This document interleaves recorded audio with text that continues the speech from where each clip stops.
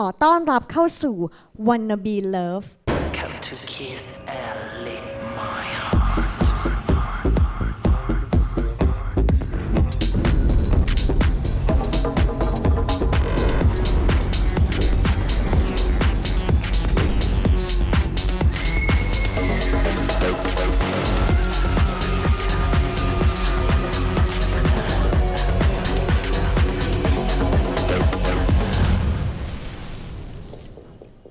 สัปดาห์ที่แล้วเราได้ดูโชว์ในโจทย์จับคู่ร้องเพลงทีป๊อปกันไปแล้วทั้งหมด4คู่ได้แก่ฟงหวินและแอนนากับเพลงทุกนาทีที่สวยงามจากนนทนนท์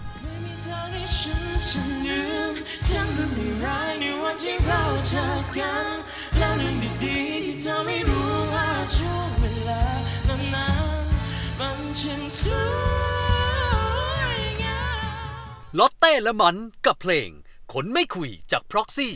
ฉันจะตายแค่ไม่แสดงออกอยากบอกรักเธอรู้ไงแต่ไม่มีแรงบอกพูดไม่เคยออกอย่างนี้ก็แย่ดิไม่ต้องทำไงแค่พูดออกไปมันก็แค่เนี้ยก็จะไม่เป็นต้องทำยังไงให้เธอเข้าใจปะก็พูดไม่เก่งกันอยู่กับเธอคงจะเข้าใจนะเฟย์และเคมากับเพลง Sorry จาก Dream Girls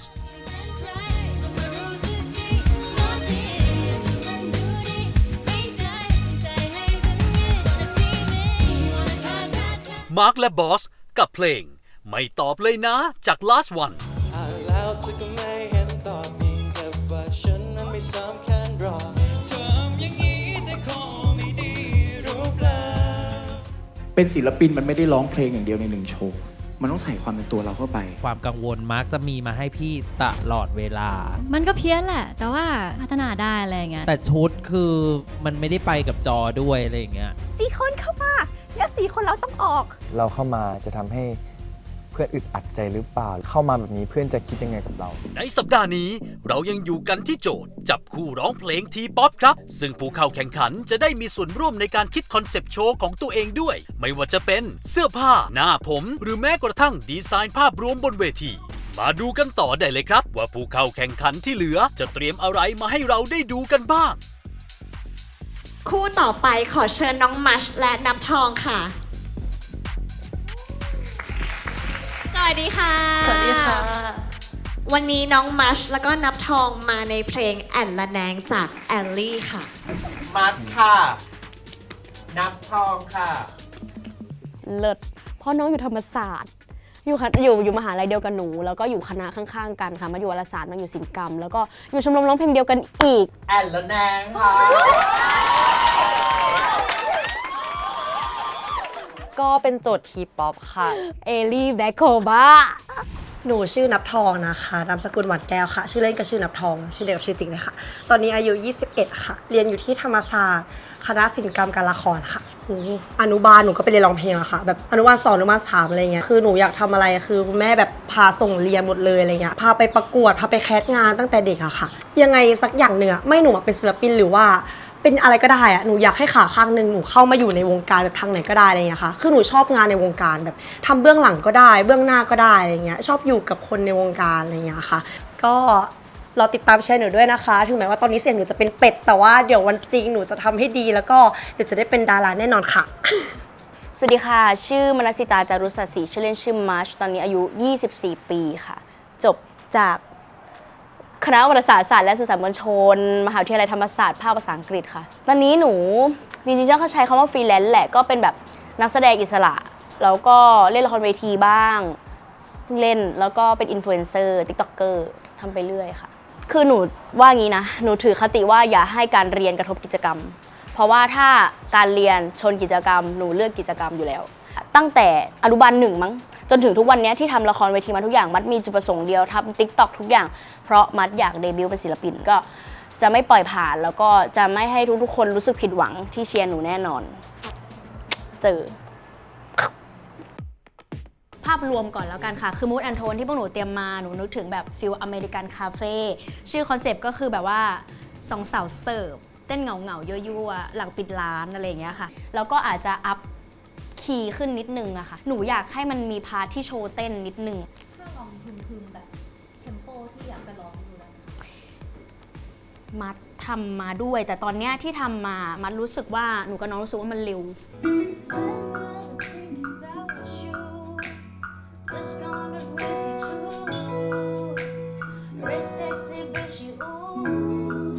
ต้องบอกว่าเพลงต้นฉบับเขาดีไงแล้วถ้าเราจะมาทำโชว์แล้วเราจะทำเหมือนเขาเลยอ่ะมันก็จะเอื่อย มันแบบเป็นแนวเสี่ยวอะค่ะก็คิดว่าอาจจะต้องปรับให้ตัวเองให้มันไปกับเพลงได้ค่ะถ้ามันเป็นอเมริกันคาเฟ่อะไรอย่างเงี้ยค่ะก็เลยยังมีความแบบยังมีความแซ่บๆนิดนึงแต่ว่าก็จะมีโบมีความน่ารักเป็นลายแบบให้มันดูอเมริกันอะไรอย่างเงี้ยค่ะ เซตติ้งแบบพร็อพอย่าโต๊ะเก้าอี้ ให้รีเควสกับพี่กาฟิลมาอีกทีหนึ่ง เพราะเธออยู่นะคะอยู่เธอแอนรันแนจากที่หัวใจฉันเลิกกับแทกแรงใช่เหมือนแบบว่าพอมาเรียนวันนี้แล้วเหมือนได้เห็นภาพว่าไปในทางไหนอะไรอย่างเงี้ยค่ะแบบพี่ออยก็ทำให้เราเห็นภาพว่าแบบลูกปากมันต้องเป็นอย่างนี้นะมันต้องเป็นอย่างนี้นะ เห็นภาพว่าเรามีปัญหา ขอรบกวนเธอหนึ่งคืนขอรบกวนไม่ต้องกระดกเยอะขอรบกวนขอรบกวนเธอหนึ่งคืนได้ไหมเธอน่าจะรู้ดี I wanna let you down แต่ว่าถ้าปรับได้อะคือเราก็จะเป็นคนที่เลิศ You down I wanna let you down ตอนนี้มันเป็นดาวมันพูด down down I wanna let you down down เพลงมันร้องง่าย ไม่นะ ลองมาร้องดู ลองมาก่อนแกลองมาทำก่อน เขามาอยู่ในห้องนี้ด้วยกันมา ใช่ คือดีเทลมันเยอะมากเก็บทุกคำ เธอมาแทนแต่นั่นแหละค่ะทุกคนเขาบอกเลยนะคะว่าแอนละแนงนำหน้าแล้วเพราะว่า มาก่อนเวลาหมายถึงว่ามาถึงก่อน ไม่เพราะว่าเราเป็นคู่แรก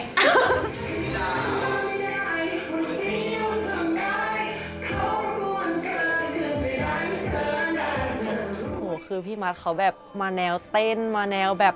ออกสเต็ปท่าทางเลยอะค่ะแล้วหนูแบบว่าเต้นได้แค่แบบโจอะค่ะ เรื่องเต้นมัดรู้สึกว่ามัดพอได้แต่ว่าสิ่งที่ห่วงคือเราห่วงน้องมากกว่าเราอ่ะก็จะต้องมาเก็บกับน้องเยอะมาก ซ้ายไปขวาร้องแล้ววาดแล้วคิด เป็นนี้เราเพิ่งเต้นกันไปใช่ไหม ใช่คือหนูไม่เคยใช้ลมหายใจเยอะขนาดนี้กับการเต้นค่ะ แก๊งอื่นนี่ก็คือต้องแบบฟิตหน่อยแล้ว แต่นี่จริงคือเรารักกันแต่ว่าคือเราค่อยๆจริงๆเรารักกันก่อนกันสิรักกันจะใจชา พูดได้เลยว่าหนูอะโชคดีมากที่ได้เจอพี่มัดในครั้งแรกอันนี้เพราะว่าหนูไม่เคยเต้นไม่เคยทำอะไรแบบนี้เลยหนูแบบเป็นศูนย์นะคะแล้วเขาใจเย็นกับหนูเขาค่อยๆไปกับหนูอะค่ะ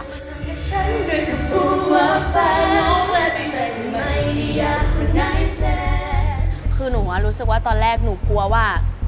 หนูไม่รู้ว่าหนูจะเข้ากับน้องได้ไหมเพราะน้องดูเรียบร้อยภาพลักษณ์อะมันมี energy บางอย่างที่มันเหมือนเรามากๆอะไรเงี้ยแล้วยิ่งอยู่หนูยิ่งเอ็นดูแล้วก็แบบเอาใจช่วยว่าอยากให้น้องทำได้อยากให้น้องแบบว่าพุชตัวเองได้แล้วก็มั่นใจในตัวเองมากขึ้นทีนี้คืออยากแค่ใช้แค่แขนกับขาห้ามให้โดดลงเพราะเสียงหนูเช่น แต่ว่าวันนี้ก็คือมีคุณครูทุกท่านที่แบบเคยให้ท่าเราเคยปล่อยท่าเราคือแบบเหมือนเป็นฟีลแบบว่ามาสอบอะค่ะ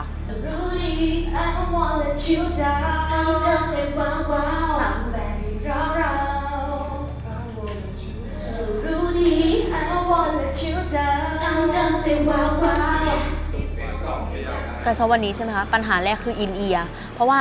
จริงๆหนูฟินมากเพราะว่าหนูอยากมีอินเอียร์มาตลอดเพราะเห็นศิลปินเขาทำแล้วมันเท่แต่วันนี้เริ่มรู้แล้วว่ามันไม่ง่ายเลยเพราะว่ามันได้ยินเสียงตัวเองชัดมากถ้าผิดแค่นิดนึงมันอาจจะแบบไปแบบมันไปรบกวนเราอะไรอย่างเงี้ยค่ะคือคนนอกเขาจะไม่รู้ว่าเสียงข้างในมันเป็นยังไงแล้วมันแบบติดขัดมันก็ดิสแทรกเราใช่ไหมคะมันเลยต้องเอาออกเพราะไม่งั้นมันร้องไม่ได้นี้แล้วพอเอาออกอ่ะสายเหวี่ยงเลยทั่วตัวแพทเทิร์นกระจายเลอะเละหมด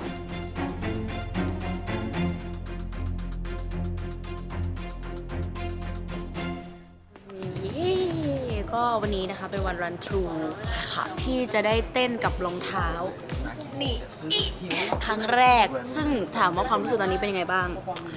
คือง่วงใจอยู่อย่างเงี้ยแล้วก็ขาอยู่อย่างเงี้ยก็คือภาพใช้ไม่ได้เลยมันทำสั่นเกินมันยากมันขึ้นยากขึ้นลงยากเพราะเราใส่ส้นสูงด้วยเนี่ยพอน้องเดินถอยหลังไปใช่ไหมลูกหนูวางไว้เดี๋ยวที่มัดลงมา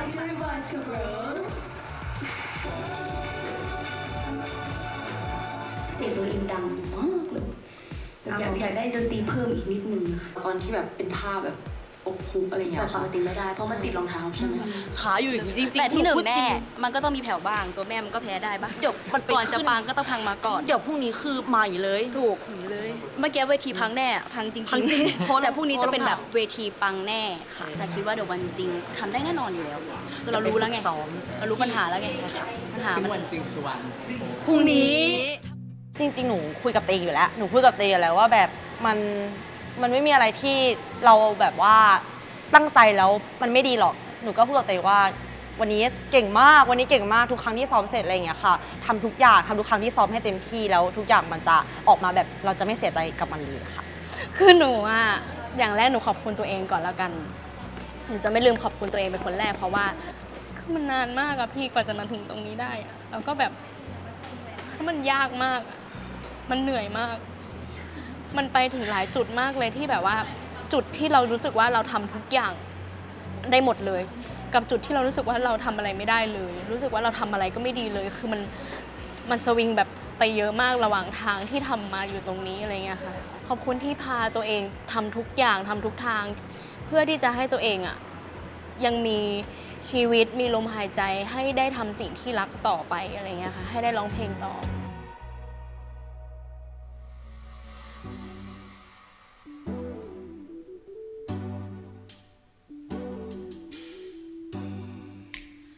Lately I've been thinking about you.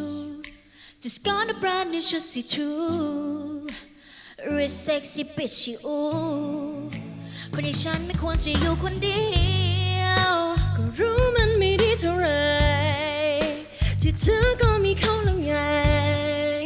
แต่ว่าฉันต้องการเธอรู้ไหมจะให้เธอไม่ว่าอะไรไม่ต้องรีบไปเธอก็รู้ว่าเขาไม่ได้ใส่ใจมีแค่เพียงเราสองท่องทำนองกับบทเพลงนี้ยังอีกไกลบอกเขาไปคืนนี้เธอไม่หวังเท่าไรเราจะอยู่นะคะด้วยเธอแอนระแนงจับที่หัวใจฉันแล้วกระแทกแรงๆช่วยกระแทกใส่ฉันด้วยคำพูดว่าแฟน Oh baby baby ไม่ได้อยากวัน night stand เป็นฉันได้ไหมคนที่จะมาแทนถ้าให้เธอเลือกเขาใจคงโดนทิ่มแทงช่วยมาทำกับฉันทำให้จนสิ้นแรง Oh baby baby ไม่ได้อยากวัน night stand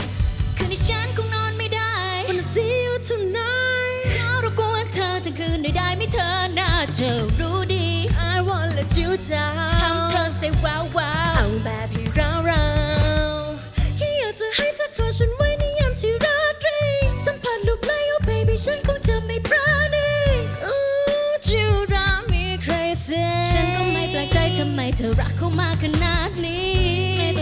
ไม่ต้องรีบไปเธอก็รู้ว่าเขาไม่ได้ใส่ใจมีแค่เพียงเราสองท่วงทำนองกับบทเพลงนี้ยังอีกไกลบอกเขาไปคืนนี้เธอไม่ว่างเท่าไรเราจะอยู่นะคะอยู่เธอแอนระแนงจับที่หัวใจฉันแล้วกระแทกแรงๆช่วยกระแทกใส่ฉันด้วยคำพูดว่าแฟน Oh baby baby ไม่ได้อยากnight stand เป็นฉันได้ไหมคนที่จะมาแทนถ้าเธอเลือกเขาใจคงโดนทิ่มแทงช่วยมาทำกับฉันทำให้จนสิ้นแรง Oh baby baby ไม่ได้อยากวัน night stand baby I want something big something that I can lick and you know what Don't forget your revised couple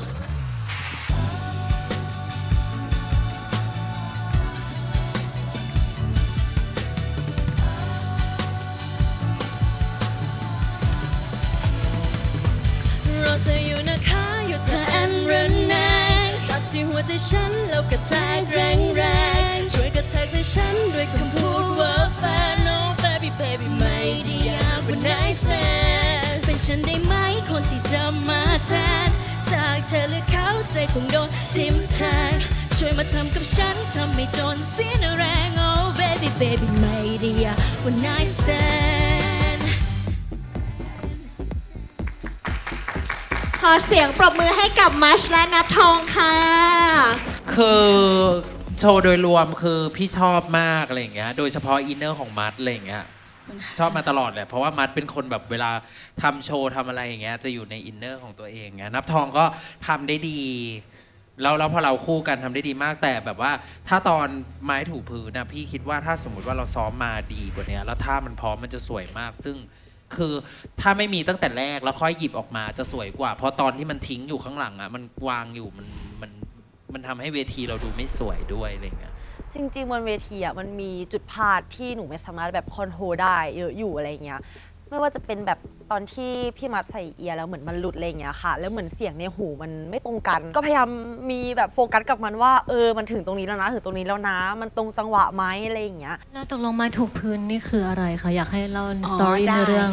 เป็นแบบว่าเป็นสาวเสิร์ฟอะไรอย่างเงี้ยค่ะ แล้วก็แบบว่ามีความแบบ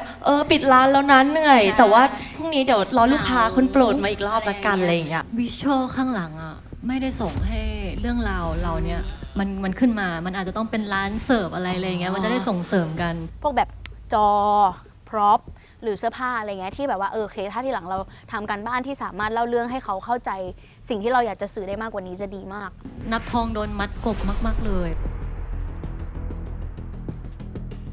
เป็นคนไม่ค่อยจะเต้นเซ็กซี่ใช่ไหมคะส่วนตัวแล้วน่าดูออกเลยเป็นการเต้นจริงจังครั้งแรกของน้องด้วยค่ะ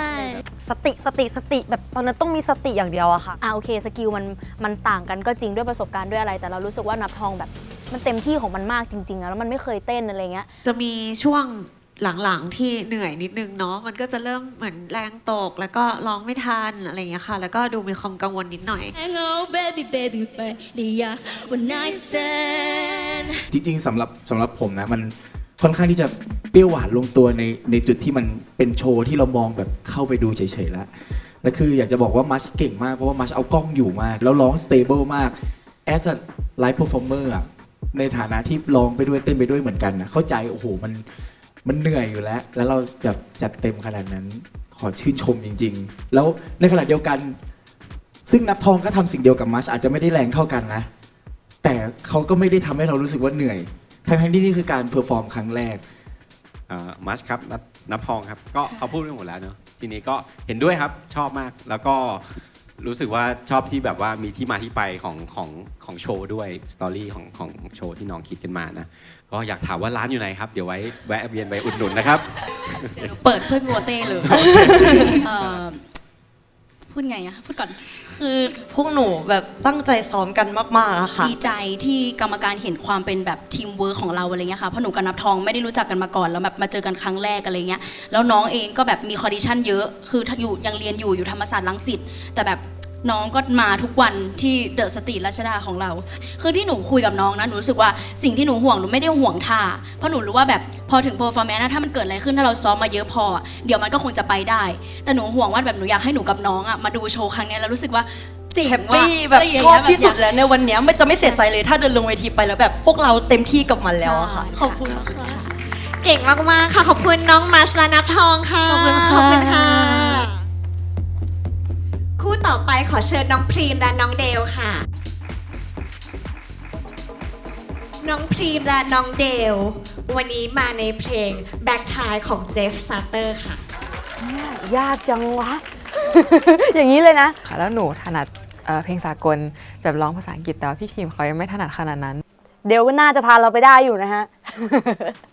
สวัสดีค่ะชื่อนางสาวชยานินตรีเนตรชื่อเล่นชื่อเดลตอนนี้อายุ20 ปีค่ะเรียนคณะพาณิชย์คณะศาสตร์และการบัญชีอินเตอร์พ่อเล่นกีตาร์หนูก็ร้องตามก็ตั้งแต่เด็กๆเลยค่ะแต่ว่าเพิ่งมาคิดว่าเราก็อาจจะมีความสามารถอยู่นิดนึงอะไรอย่างนี้ตอนประมาณมัธยมต้นเพราะเวลาทำอะไรก็ทำหลายๆอย่างพร้อมๆกันอย่างตอนนี้ก็เรียนไปด้วยร้องเพลงไปด้วยแล้วจริงๆมีทำงานในคลับอันอื่นที่นู่นด้วยแต่ว่าตอนนี้ออกมาก่อนแล้วก็มีร้องร้านด้วยถ้าดูภายนอกทุกคนจะมองว่าโหดูเป็นผู้ใหญ่มากดูนิ่งมากคนนี้โตแล้วเล่นด้วยไม่ได้แน่เลยแต่ว่าคือเราเป็นคนที่โอเพนอัพกับคนยากแล้วต้องเหมือนแบบอยู่ด้วยกันไปอย่างน้อย2 เดือนเหมือนเราไม่กล้าแบบพรีเซนต์ตัวเองตรงนั้นเลยไปให้เขา 100% เพราะเรากลัวว่าแบบจะไม่ได้รับการยอมรับอะไรเงี้ยก็ฝากเชียร์เดลด้วยนะคะเดลแบบว่าออกจากคอมฟอร์ตโซนมากทุกวิชั่นเลยแล้วก็ตั้งใจทำทุกๆอย่างมากๆเลยวันนี้ก็ขอบคุณค่ะสวัสดีค่ะชื่อนางสาวรัชกาสุขิมานะชื่อเล่นชื่อพรีมอายุ23 ปีค่ะตอนนี้พิมก็เพิ่งเรียนจบยังไม่ทำอะไรก็ได้วันเลยพอดีค่ะตั้งแต่เด็กๆคือแม่เขา เปิดคาราโอเกะร้องเพลงแล้วพิมก็ชอบร้องเพลงกับแม่ด้วยเพราะว่าพิมมีก่งเป็นนักร้องรุ่นเก่าเลยชื่อสุวชัยสุทธิมาพิมเคยไปประกวดรายการร้องข้ามรุ่นแล้วก็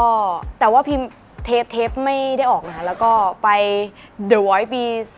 2562เราก็ไม่ได้ออกเหมือนกันนะแล้วก็ไป The Star ปี 2022ก็ไม่ได้ออกแล้วพิมก็เลยหยุดยาวเลยพิมก็เรียนอย่างเดียวแล้วก็จนมาวันเลิฟที่เดียวเลยขอบคุณทุกคนที่คอยเชียร์แล้วก็ขอบคุณครอบครัวที่เป็นกำลังใจให้มาตลอดค่ะก็จะทำให้เต็มที่ที่สุดขอบคุณค่ะฝากเชียร์ต่อไปด้วยนะครับ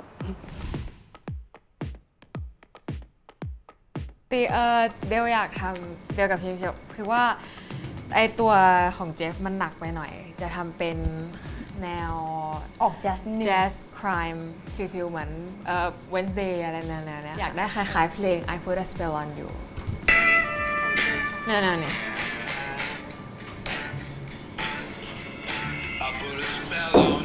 เป็นฟิลแต่เป็นเพลงแบบ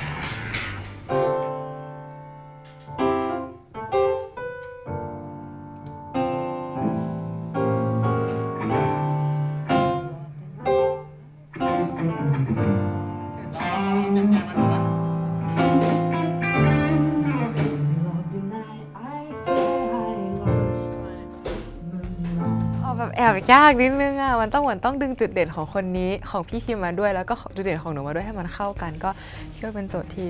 ค่อนข้างยากนี่คือแบบอยากให้เป็นเหมือนแบบแล้วก็เข้าเลยเท่ผสมแบบเซ็กซี่หน่อยเราก็แบบเท่ๆหน่อยเดียวก็อาจจะเซ็กซี่หน่อยอะไรอย่างเงี้ยใช่เป็นปาร์ตี้ตีมมาดามแฟมิลี่ในบาร์แจ๊สถูกต้องอาจจะเป็นซีนที่ใหญ่ไปเลยหรือว่าไม่ใหญ่มากยกตัวอย่างเฉยๆนะแต่ว่าถือแก้วไวน์แล้วบีบแก้วไวน์แตกหรือว่าแบบที่สองคือกลางล่มแล้วก็ดับตกลงมาจากข้างบนAngel Devil เต็มโชว์วันนั้นคือทุกคนเป็น Angel Devil ไปหมดเลย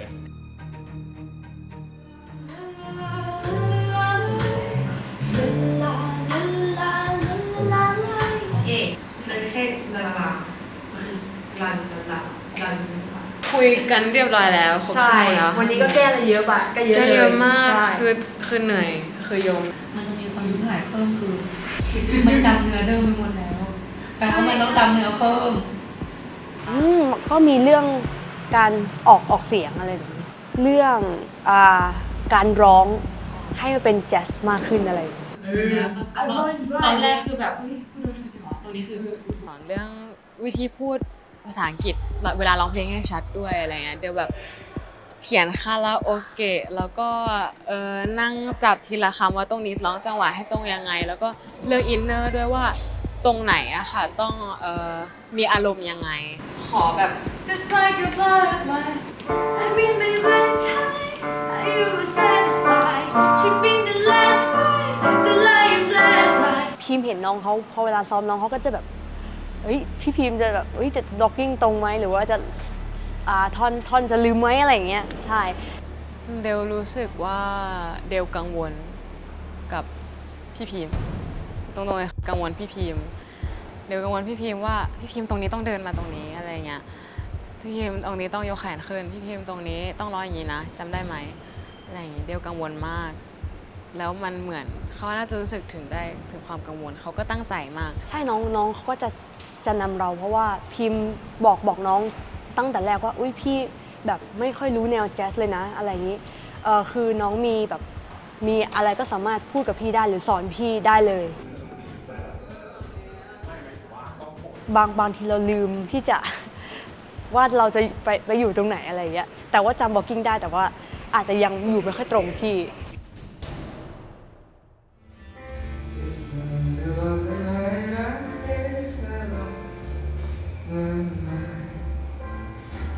Surrender soul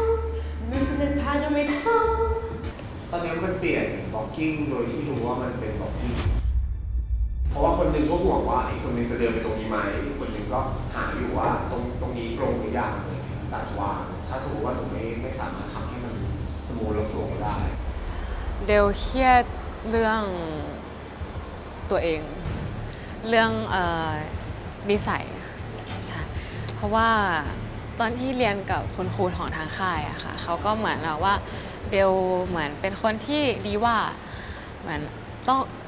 ต้องระวังไว้ว่าอาจจะทำงานด้วยยาก เพราะว่าเราเป็นคนที่เก่งแล้วเราก็จะคาดหวังให้คนอื่นทำได้เท่าเราแล้วพอเขาทำไม่ได้เราก็จะแสดงความผิดหวังอาจจะไม่ได้ตั้งใจแต่มันก็แสดงออกไปแล้วมันอาจจะทำให้คนอื่นไม่ทำงานกับเรา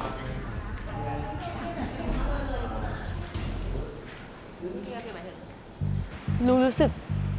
ไม่เหนื่อยเลยค่ะมันรู้สึกว่าเฮ้ยเราได้เรียนรู้อะไรใหม่ๆในสิ่งที่เราไม่เคยทำก็รู้สึกว่าอยากทำออกมาให้ดีที่สุดแล้วก็ไม่เคยเหนื่อยเลย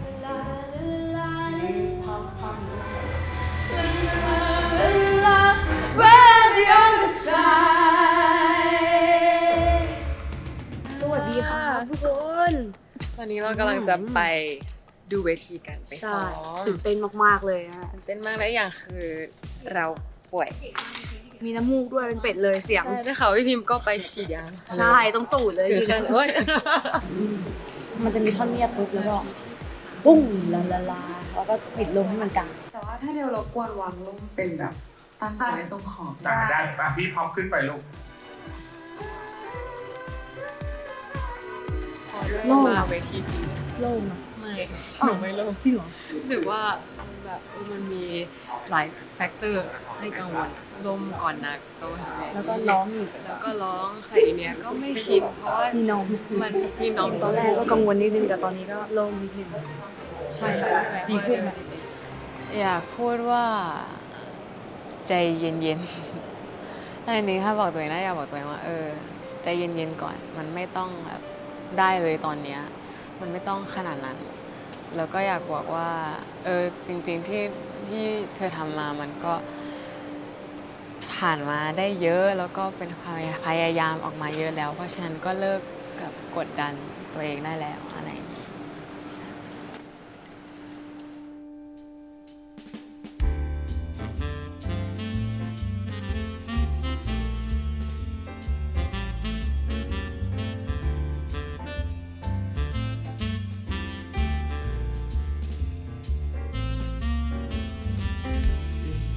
Middle of the night, I fear I lost my mind. Used to feel the call, and now my world turns black and white. Stirring your soul, loosen the part of my soul. Keep you alone, bow to the man needed home. I was invited into the party of silence. Be what they like and be quiet. I'm in my black tie, are you all satisfied? Sipping a red wine, just like your black light.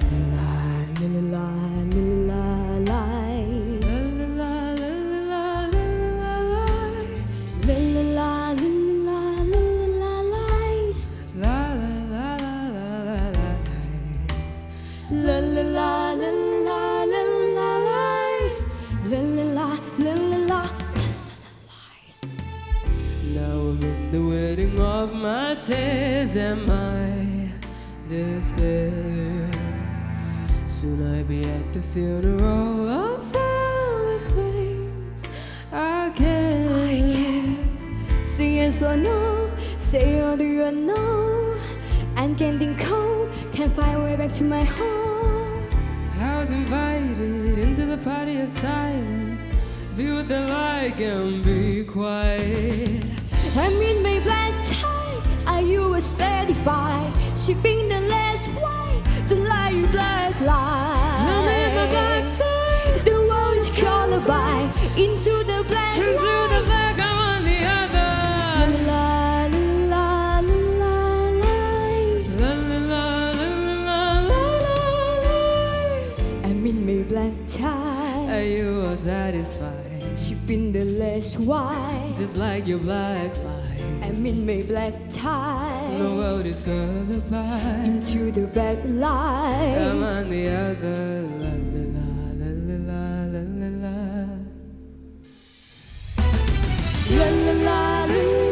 la la lies. La la la la la la lies. La la la la la lies.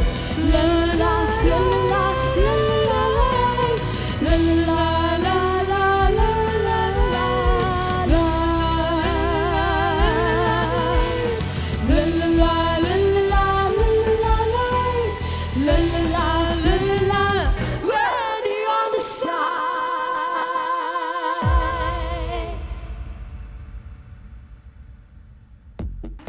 ขอเสียงปรบมือให้กับน้องพรีมและน้องเดลค่ะ เรามาฟังคอมเมนต์จากพี่ๆไดเรคเตอร์กันดีกว่าค่ะ เป็นโชว์ที่ดีมากเลยครับสำหรับผม ขอบคุณ นะ มากค่ะ ใช่แล้วก็รู้สึกว่าดีไซน์โชว์กันมามีทีมเวิร์กอะ2 คนมาด้วยกันใช่แล้วก็รู้สึกว่าเหมือนแบ่งโรลกันได้ดีหน้าที่ทั้งคู่เลยนะครับ ขอบคุณมากค่ะ ใช่ คอนเซปต์มันมาดีละเสียงเหมาะกับเพลงมากทั้งสองคนอะไรเงี้ยพี่รู้สึกว่ามันโชว์เรียกได้ว่าชั้นสูงอ่ะมันเป็นโชว์ชั้นสูงอ่ะแต่ทีนี้พี่รู้สึกว่าบล็อกกิ้งในช่วงแรกมันเยอะไปหน่อยพี่รู้สึกว่าเดินกันจกแจ๊กไปหมดแล้วมันทำให้ความชั้นสูงนั้นหาย ถ้าเกิดว่ามันเป็นในเชิงว่าเรายืนเฉยๆแล้วเสื่อลมให้กันอาจจะง่ายกว่านี้นิดนึง ก็เลยไงอ่ะรีเป็นแจ๊สเองอะไรอย่างงี้ใช่ไหมรีเควสไปค่ะ แต่ว่าอันนี้ต้องขอบคุณพี่ๆทีมงานดนตรีด้วย ใช่ดีมันเข้ามากเลยมันมาถูกทางคอนเซปต์มันถูกต้องมากๆเลยค่ะ ก็จุดที่ยากพิมรู้สึกว่าน่าจะเป็นแนวสากลแจ๊สอะเพราะพิมไม่เคยได้ร้องมาก่อนเลย คือจะบอกว่าพอโชว์มันออกมาคือมันได้อะไรที่แปลกใหม่แล้วก็พี่มีความรู้สึกว่าตื่นเต้นแต่พี่ก็คุยกันตลอดว่าคือโชว์เนี้ยมันกลายเป็นแบบว่าเข้าทางเสียงของเดลแล้วพีมก็เหมือนคนตามใจเพื่อนเหลือเกิน ใช่ไหม ใช่ไหม เป็นอย่างนั้นไหมมันก็ค่อนข้างจะใช่แต่ว่าพี่เขาเหมือนไม่ถนัดแนวนี้เดี๋ยวก็แบบเหมือนพามา ถ้าเรื่องในอินเนอร์โชว์อ่ะพี่ว่าพีมอ่ะไม่หลุดเลยแต่ในส่วนของโชว์อ่ะพี่มีความรู้สึกว่ามันเยอะอย่างที่เนเน่บอกเพราะอยู่ดีๆอ่ะหนูก็ลงไปนั่งทั้งที่หนูใส่กระโปรงทรงหางปลาด้วยซ้ำใช่ แต่ลงไปนั่งพี่ก็เลยเฮ้ยยังไงวะแล้วยังไงต่ออะไรอย่างเงี้ย ซึ่งมันน่ารักมากที่การที่พีมพยายามจะแบบทำให้เพราะพี่ฟังแล้วรู้สึกว่ามันไม่ใช่ทางหนูเลยแล้วจากที่หนูเคยร้องอะไรเงี้ยหนูจะเซอร์ใช่ปะแต่อันเนี้ยมันคือดูแบบติดแกลมมันคือดูไม่ใช่ทางหนูแต่ว่าเดลเขาก็จะดูสบายตัวมากๆแล้วก็ดูแบบมีเทคนิคการร้องแจ๊สหรือว่าเหมือนเรียนมาแบบคณะอะไรอย่างนี้ปะเดี๋ยวอยู่ CU Band ค่ะแล้วก็มีฝึกบ้างพิมรู้สึกว่าทำได้ดีกว่าตอนซ้อมอีกนะ ใช่มันน่าเหมือนมันเหมือนฟีลเหมือนว่าจะได้ปลดปล่อยอะไรสักอย่างแล้วเล็กที่มันโกรธมันไม่ใช่ตัวพี่พีมแล้วแต่ว่าเขาก็พยายามแล้วเขาก็ตั้งใจมากๆเดี๋ยวค่อนข้างแบบภูมิใจในตัวพี่แล้วก็ขอบคุณมากๆที่เขา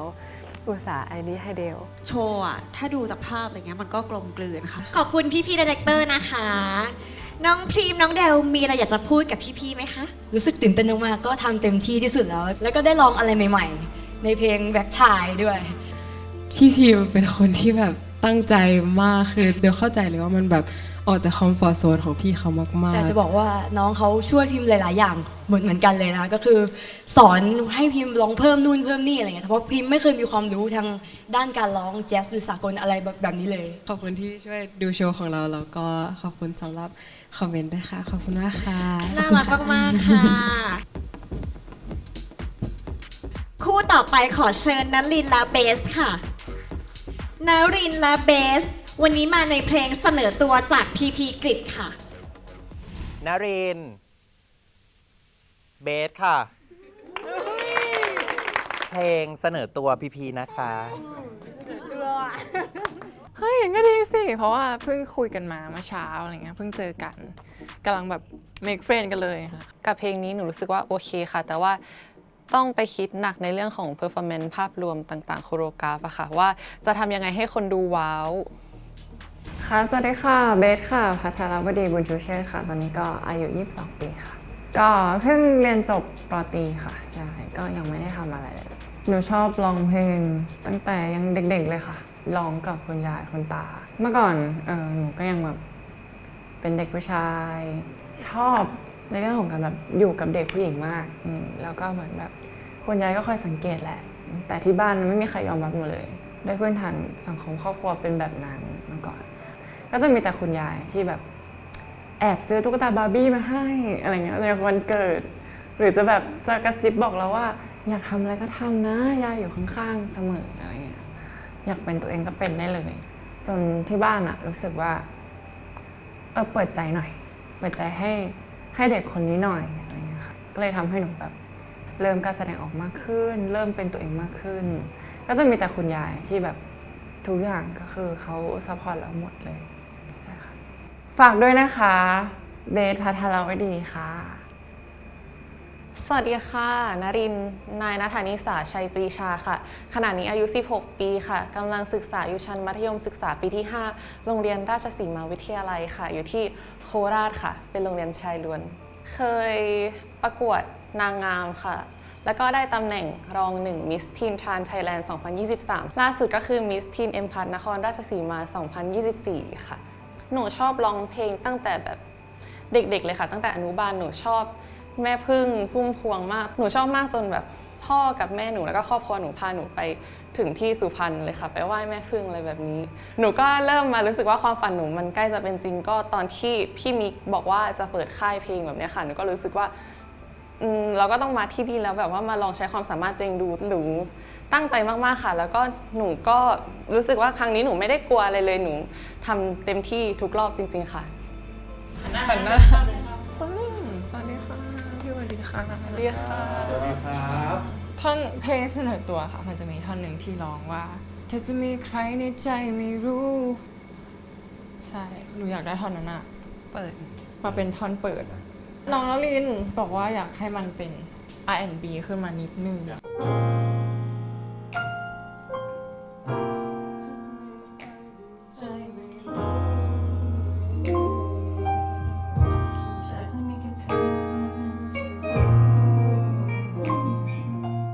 พูดตรงอะบอดคิดไม่ออกตัวเพลงอะมันมีมูดของความแบบเป็นคอนเซ็ปต์ของนางฟ้าเทวดาหรืออะไรสักอย่างที่ตกสวรรค์มาอะไรเงี้ยมาเจอผู้ชายคนหนึ่งอะไรเงี้ยคาแรคเตอร์มันค่อนข้างจัดจ้าน เตรียมอะไรมาบ้าง เห็นภาพอะไรบ้าง เราจะสร้างคาแรคเตอร์กันไว้คือเป็นแองเจิลกับเดวิลค่ะมีความเรียบร้อยเซ็กซี่แบบน่ารักหวานๆกับหนูที่แบบกะกันไปเลยอะไรเงี้ยค่ะคาแรคเตอร์แตกต่างแบบว่าอยู่ด้วยกันเรากลมกลืนฟีลลิ่งประมาณนั้นเสื้อผ้ามองเป็นยังไงไว้ หนูชอบแบบพี่โยชิอะแต่หนูชอบชุดแบบ กาวแพนด้าเหรอ กาวแพนด้า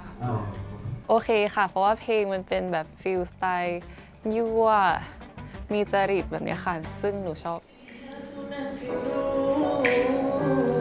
There is nobody like you หนูคิดว่ามันแบบค่อนข้างที่จะลงตัวมากๆเลยค่ะแบบว่าด้วยความที่พี่เบสกับหนูช่องเสียงค่อนข้างคล้ายๆกันแบบใกล้เคียงกันมากๆแบบนี้ค่ะมันก็เลยทำให้มันดูเข้ากันได้ทั้งส่วนสูงแล้วก็เป็นทรานส์เหมือนกันด้วยค่ะช้าๆใช่ไหมคะค่ะหยุดเธอจะไม่ช้าช้าช้าหยุดเธอทำให้ฉันเคลิ้มสุดๆโอเคแอปพลิเคชันจุดหยุดเธอทำให้ฉันเคลิ้มสุดๆแอปพลิเคชันจุดโฟกัสกับการร้องมากแล้วเพราะว่าหนูรู้ตัวเองว่าหนูหายใจผิดจังหวะแล้วก็หนูเป็นคนชอบลืมหายใจเลยต้องแบบว่าต้องให้เวลาตัวเองเยอะหน่อยกับการซ้อม 1 and 2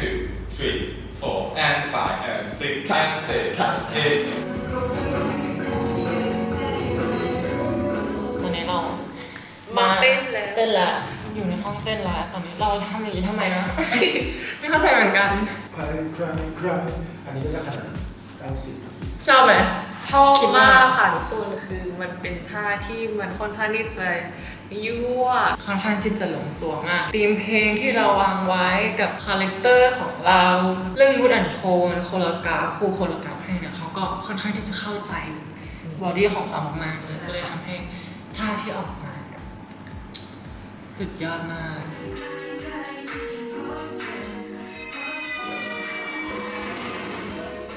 การบ้านใหญ่ที่สุดของหนูเลยก็คือลองและเต้นยังไงให้เสียงมันยังแบบคงที่อยู่ให้เสียงมันไม่หลุดแล้วก็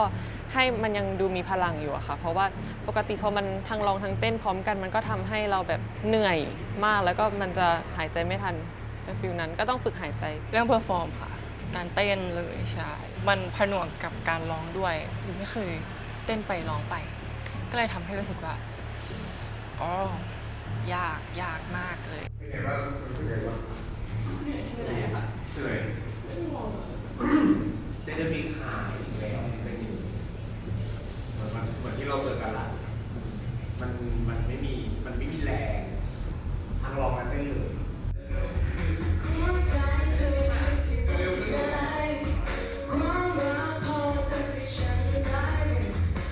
มันเริ่มเห็นภาพชัดมากขึ้นแล้วหนูก็รู้สึกว่า น่าจะดีค่ะ แล้วก็แบบว่าก็น่าจะเป็นตามที่พวกหนูคิดไว้แล้วก็ตั้งใจไว้ค่ะ ส่วนตัวชอบมากมันเป็นจะแบบถูกจริตเราอะอยากให้ทุกคนติดตามว่าแบบคู่นลินกับเบสอะจะฟูฟอร์มไปได้มากน้อยแค่ไหนนะคะ สวัสดีค่ะ ตอนนี้อยู่กับนารินค่ะ เบสค่ะ วันนี้นะคะเราก็กำลังจะไปรันทูกันค่ะ แล้วก็จะได้เห็นเวทีจริงแล้วก็ซ้อมกับเวทีจริงด้วย เดี๋ยวเราก็จะไปดูเวทีกันค่ะ อุ้ยโอ้ my god ตื่นเต้นมากกว่าเดิมอีกอะ หนูก็อยากขอบคุณพี่หนูค่ะที่แบบว่าตั้งแต่ตอนแรกเลยก็คือเป็นคนที่พาหนูส่งออดิชั่นแล้วก็พาหนูนั่งรถมากรุงเทพอย่างเงี้ยค่ะแล้วก็ออกค่าใช้จ่ายทุกอย่างให้หนูเลย ยายค่ะ ยายไม่เคยรู้เลยว่าหนูจะส่งประกวดอันนี้พอเขารู้เนี่ยเขาก็เริ่มที่จะแบบว่าพร้อมที่จะซัพพอร์ตเราทุกอย่างทั้งการเงินทั้งเวลายังยืนคำเดิมค่ะว่าหนูจะพยายามพัฒนาตัวเองไปให้ถึงฝั่งให้ได้ค่ะขอบคุณยายมากจริงๆค่ะฝากเป็นกำลังใจให้เบสแล้วก็น้องนลินด้วยนะคะกับเพลงเส้นหนึ่งตัวค่ะ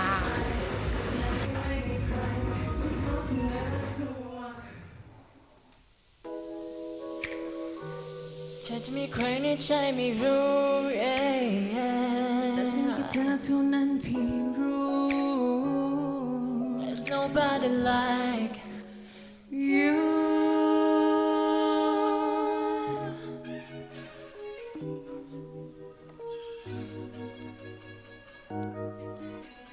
เธอน่ะโดนจริงอยากจะอิงเข้าไปซบเธอเธอน่ะโดนใจมากกว่าใครที่ฉันพบเจอหัวใจเธอมีที่ว่างแค่ไหนกว้างมากพอจะเสียฉันได้หรือเปล่าเธอไม่มีใครแล้วที่อยากมีใจเป็นฉันได้หรือเปล่าแต่ชอบเธอลังเลไม่ได้เธอชอบก็เข้ามาใกล้ๆอยู่ด้วยกันนานนิดมีเวลาให้เธอทั้งแค่นี้ If you wanna let me know just let me know ก็ชอบเวลาที่เธอทำตาเจ้าชู้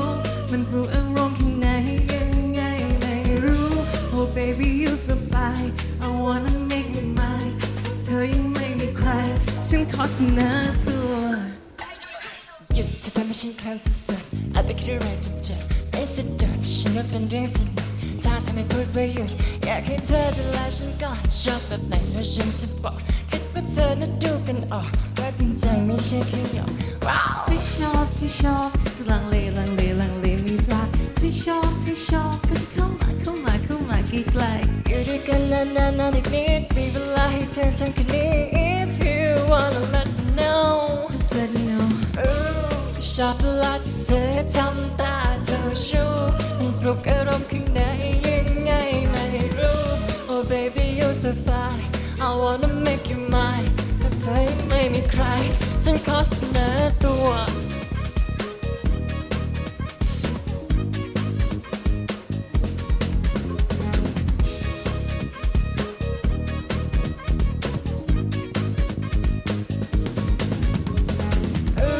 ก็ชอบเวลาที่เธอทำตาเจ้าชู้มันปลุกอารมณ์ข้างในยังไงไม่รู้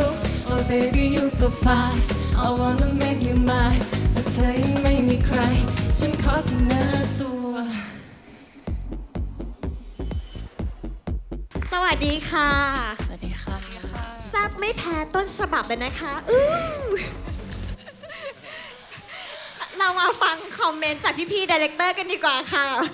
คือจะบอกว่า หนูดีไซน์ชุดกันเองป่ะคะ หนูตอนแรกหนูอยากได้เป็นสกาแพนด้าสีดำแต่น้องนลินอยากได้เป็นพี่โยชิค่ะ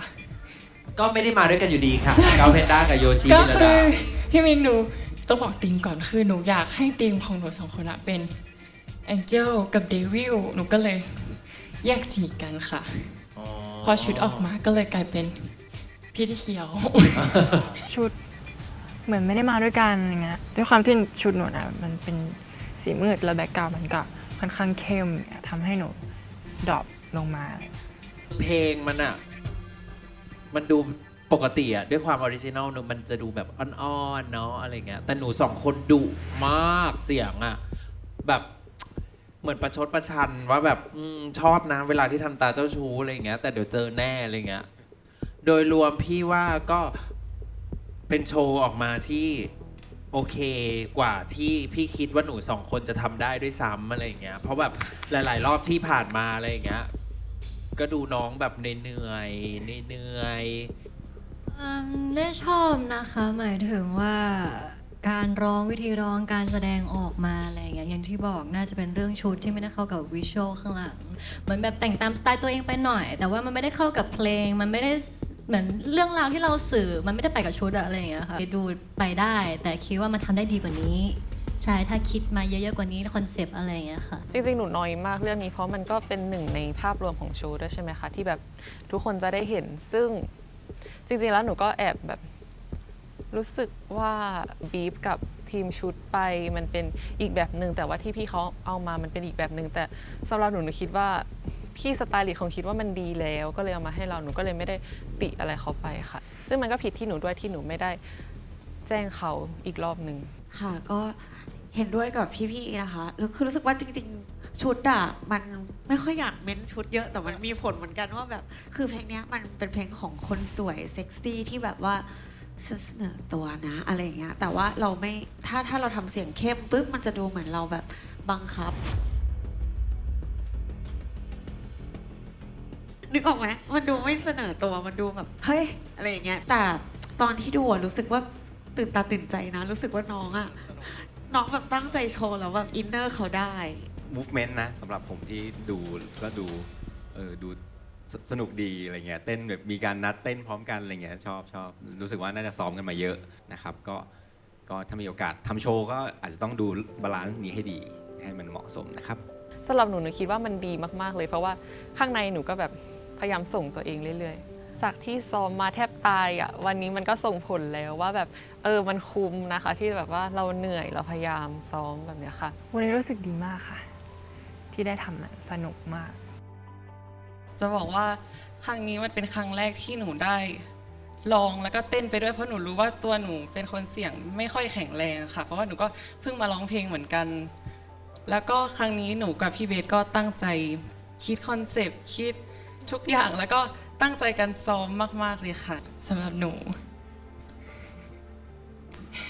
มีเสียใจบ้างนิดหน่อยเพราะว่าไม่เคยร้องแล้วก็ไม่เคยเต้นไปด้วยพร้อมๆกันอย่างที่น้องบอกว่านี่คือครั้งแรกของเราทั้งคู่ค่ะก็สำหรับวันนี้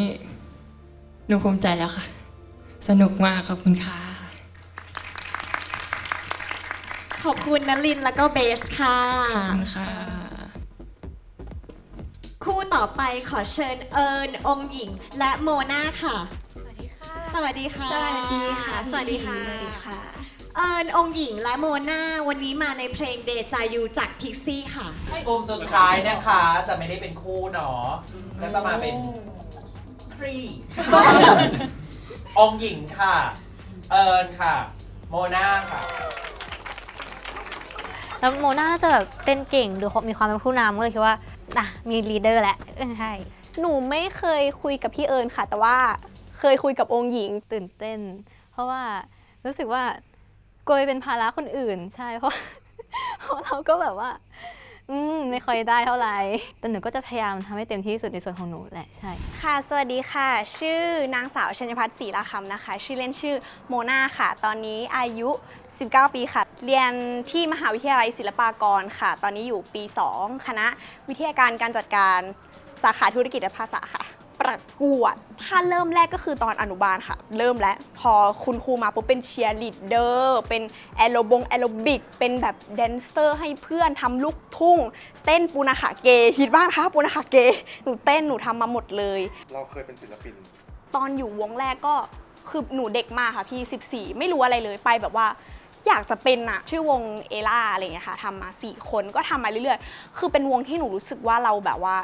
มี relation ที่ดีต่อกันมากเราเป็นทีมเวิร์กมากพอถึงจุดหนึ่งพี่ในวงเขาก็บอกว่าเนี่ยพี่จะไปประกวดนางงามนะอะไรเงี้ยหนูก็เลยว่าโอ้ยแล้วทำไงดีล่ะเรา3 คนอะไรอย่างนี้แล้วมันเป็นจังหวะที่เหมือนเพื่อนหนูส่งออดิชั่นของวานเลิฟมาแล้วเพื่อนก็เลยบอกว่าให้หนูไปคือตอนแรกหนูแบบว่าหนูไม่คิดว่าจะมีคนมาสมัครเยอะขนาดนี้พอมาถึงหนูก็แบบช็อกตาแตกมากเพราะว่าแบบคนเยอะมากแล้วพอยิ่งมารอบ25 คนนะพี่คือหนูนึกภาพไม่ออกเลยเอา25 คนที่มันคนละคาแรคเตอร์อีกคนนึงเก่งกีฬาอีกคนนึงแรปเก่งอีกคนนึงร้องเก่งอีกคนนึงเป็นอย่างนี้อีกคนนึงเต้นเก่งอีกคนนึง face expression แบบนู่นนี่นั่นแล้วเอามารวมกันแบบว่าตูมแตกมากแล้วคืออยู่รวมกันนะคะไม่ได้หลับไม่ได้นอนนะคะคือแบบว่าคือตั้งแต่ดึกยันเช้ายันดึกของอีกวันนึงคือไปเอา energy มาจากไหนค่ะก็ฝากเชียร์โมนาด้วยนะคะสำหรับใครที่ตามมาตั้งแต่แบบวงแรกๆหรือว่าก่อนหน้านี้โนก็อยากให้เฝ้ารอดูความสำเร็จของหนูนะคะว่าหนูจะทำได้เต็มที่มากแค่ไหนแล้วก็ความสามารถของหนูมันจะไปสุดที่ตรงไหนก็รอติดตามแล้วก็ฝากเชียร์เป็นกำลังใจให้โมนาด้วยนะคะขอบคุณค่ะสวัสดีค่ะชื่อองค์หญิงลินาดาโสภัณฑ์พนิชกุลค่ะอายุ19ค่ะแต่ว่าปีนี้20ยังไม่ธันวาก็เลย19อยู่ค่ะเรียนอยู่ที่ม.เกษตรบางเขนค่ะคณะเศรษฐศาสตร์ค่ะสาขาสหกรณ์ค่ะคือเริ่มต้นหนูก็แบบเป็นคนธรรมดานี่แหละแล้วเหมือนกับว่าเขาถ่ายหนูแล้วหนูก็แชร์รูปตัวเองลงเฟซแล้วรูปนั้นมันเป็นไวรัลเลยค่ะสมัยนั้นถ้าจะดังได้มันก็คือแบบต้องถ่ายรูปกับตากล้องแล้วก็เอาไปลงเพจใช่ไหมคะหนูก็แบบทำอย่างนั้นแล้วมันก็แบบมีผู้ติดตามเพิ่มขึ้นเรื่อยๆค่ะคือแบบคนชอบมองหนูว่าหนูแบบติดแบลอะไรอย่างเงี้ยดูแบบน่ารักแต่หนูรู้สึกว่าตัวเองไม่ได้เป็นแบบนั้นใช่รู้สึกว่าเป็นคนพูดมากค่ะแล้วก็พูดไปเรื่อยหนูเริ่มออดิชั่นครั้งแรกตอนอายุ18ค่ะซึ่งเอาจริงๆมันก็ถือว่าแก่แล้วสำหรับการมาออดิชั่นเป็นเทรนนีอะไรเงี้ยก็ต้องบอกตรงๆว่ากดดันแบบมากๆแล้วก็รู้สึกว่าไม่อยากอยู่เฉยๆทุกๆวันก็พยายามที่อยากจะให้คนเห็นว่าแบบเราก็พยายามแล้วก็พัฒนาขึ้นนะอะไรเงี้ยก็ขอบคุณทุกคนที่ให้กำลังใจหนูนะคะแล้วก็ขอบคุณคนรอบข้างทุกคนที่แบบว่าคอยเชียร์หนูอยู่เหมือนกันหนูจะทำให้ทุกคนไม่ผิดหวังแน่นอนค่ะหนูจะพยายามพัฒนาตัวเองขึ้นทุกๆวีคเลยค่ะให้ทุกคนได้เห็นนะคะขอบคุณที่เชื่อว่าในตัวหนูแล้วก็ไม่ด่าหนูนะคะขอบคุณค่ะค่ะสวัสดีค่ะชื่อนารัตน์วัฒนาโชติพันธ์ชื่อเล่นชื่อเอิญค่ะตอนนี้อายุ23ค่ะตอนแรกหนูเป็นฟอนต์โรงแรมค่ะแล้วตอนนี้หนูลาออกมาแล้วเพราะว่าติดรายการนี้ก็เลยออกมาเลยตอนนี้ก็คือไม่ได้ทำงานเราเคยประกวดหรือฟิลแบบเป็นค่ายเล็กๆค่ะเป็นค่ายฟิลแบบว่าไอดอลอะค่ะใช่ชื่อวงตอนนั้น Sugar Candy ค่ะแล้วก็ไปค่ายที่2เป็นค่ายเล็กๆเหมือนกันไปเป็นฝึกประมาณปีหนึ่งเหมือนกันค่ะแล้วก็สุดท้ายเหมือนเขาคัดเลือกแค่แบบท็อป4อะไรเงี้ยแล้วหนูแบบเป็นที่7อะไรเงี้ยเป็นที่สุดท้ายแหละหนูก็เลยไม่ได้อะไรเงี้ยก็เลยเว้นไปแล้วก็มาเจอรายการวันนี้ค่ะฝากดูแล้วก็ให้กำลังใจด้วยแล้วก็จะพัฒนาตัวเองมากกว่านี้ขึ้นไปแล้วก็ฝากเป็นกำลังใจให้ด้วยค่ะมองภาพไว้เกิร์ลกรุ๊ปในอนาคตเลยในวงเนี้ย ใช่ฮ่าใช่ไหมคะหนูอยากให้มันมีแบบว่าเป็นฟิลเสียงนาฬิกาแบบประมาณนี้หนูอยากแบบว่าเต้นแบบซอฟๆก่อนตอนนี้แบ่งท่อนกันยังไงลูกแบ่งท่อนตามเมมเบอร์เลยค่ะใช่ ก็สมมติว่าก็8 บาร์เนาะมีท่าไหมอ่ะหนูคิดไว้ลองให้โมนาตองเต้นเหรอใช่ได้เลย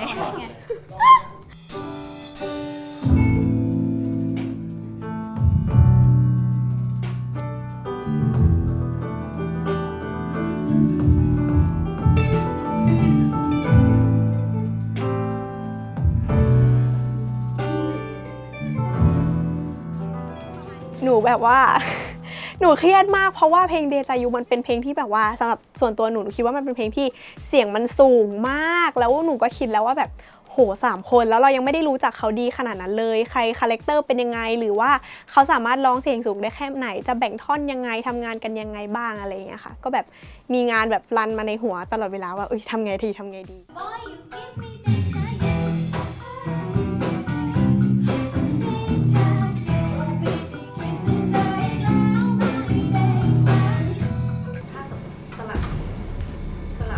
ใหม่หมดเลยใช่องค์สลับกับโมนาให้องค์หญิงแรปแทนเพราะว่าเขาอยากทำก็เลยอยากให้ลองทำดูก่อนค่ะใช่แล้วหนูก็รู้สึกหนูชอบแรปด้วยก็เลยอยากแรปดูหนูรู้สึกว่าแบบว่าเสียงเต็มหนูแบบว่ามันดูแบบเหมือนอ่านธรรมดามันก็เลยแบบว่า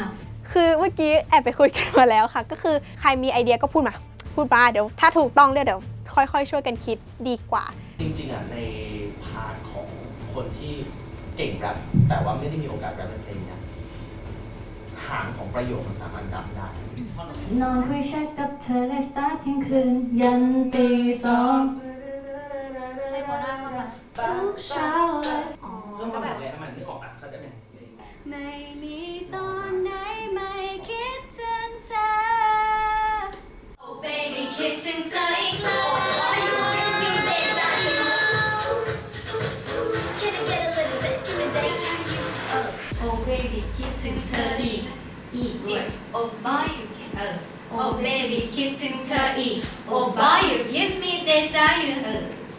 ทุกวันนี้หนูโฟกัสเรื่องร้องเพลงเยอะสุดค่ะ เพราะว่าทุกวันนี้หนูก็กลับบ้านไปแบบว่าพอ1 ทุ่มอาบน้ำ2 ทุ่มถึงแบบว่าเที่ยงคืนหนูจะฝึกร้องเพลงด้วยตัวเองค่ะ Oh boy you give me อ๋อลืมท่อนเองอ่ะ Oh you give me เลยอ่ะท่อนฉันเธออีก Oh boy you give me ใช่ลืม โฟกัสทุกอย่างรวมกันไม่ได้ทั้งร้องแล้วก็เต้น เพราะว่าพอมันทำรวมกันไม่ดีสักอย่างมันกลายว่าเราพยายามทำทุกอย่างแต่ว่ามันกลายเป็นว่าตอนนี้มันดรอปหมดเลย Oh baby คิดถึงเธออีก ดูยังออกมาไม่100%แล้วหนูรู้สึกว่าอินเนอร์ที่หนูทำออกมามันยังแบบว่ามันยังออกมาไม่เต็มมันยังไม่เรียลมันยังไม่รู้สึกจริงๆไปกับเพลงอะค่ะ Boy you give me deja vu เราเก่งกันมากเหมือนว่าเราพยายามกันมากแล้วก็ขอบคุณทุกคนที่แบบให้กำลังใจแล้วก็ให้พลังดีๆแบบมีอะไรเราก็แบบคุยกันตรงๆแก้เลยรู้สึกว่ามันดีเพราะแบบนี้เลย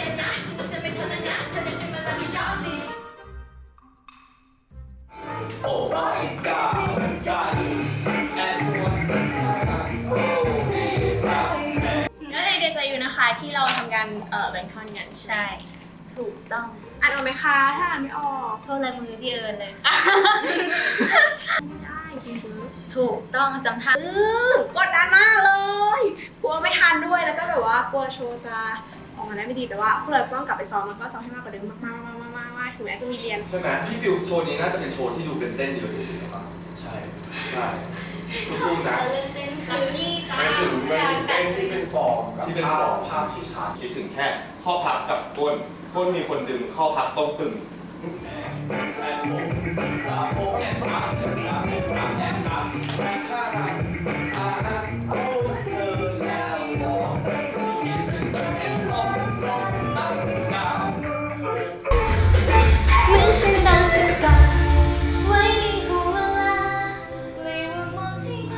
เห็นเพียง คือส่วนตัวหนูเป็นคนกังวลเรื่องเต้นมากแบบว่าแล้วหนูก็ตัวเล็กด้วยใช่แล้วพอร้องกับร้องไปด้วยตอนนี้ก็เรื่องแบบยิ่งงงเข้าไปใหญ่เหมือนปกติซ้อมกับกระจกมาตลอดแล้วก็อันเนี้ยไม่เห็นกระจกก็เลยไม่รู้ว่าแบบเรา expression ออกมาแบบไหน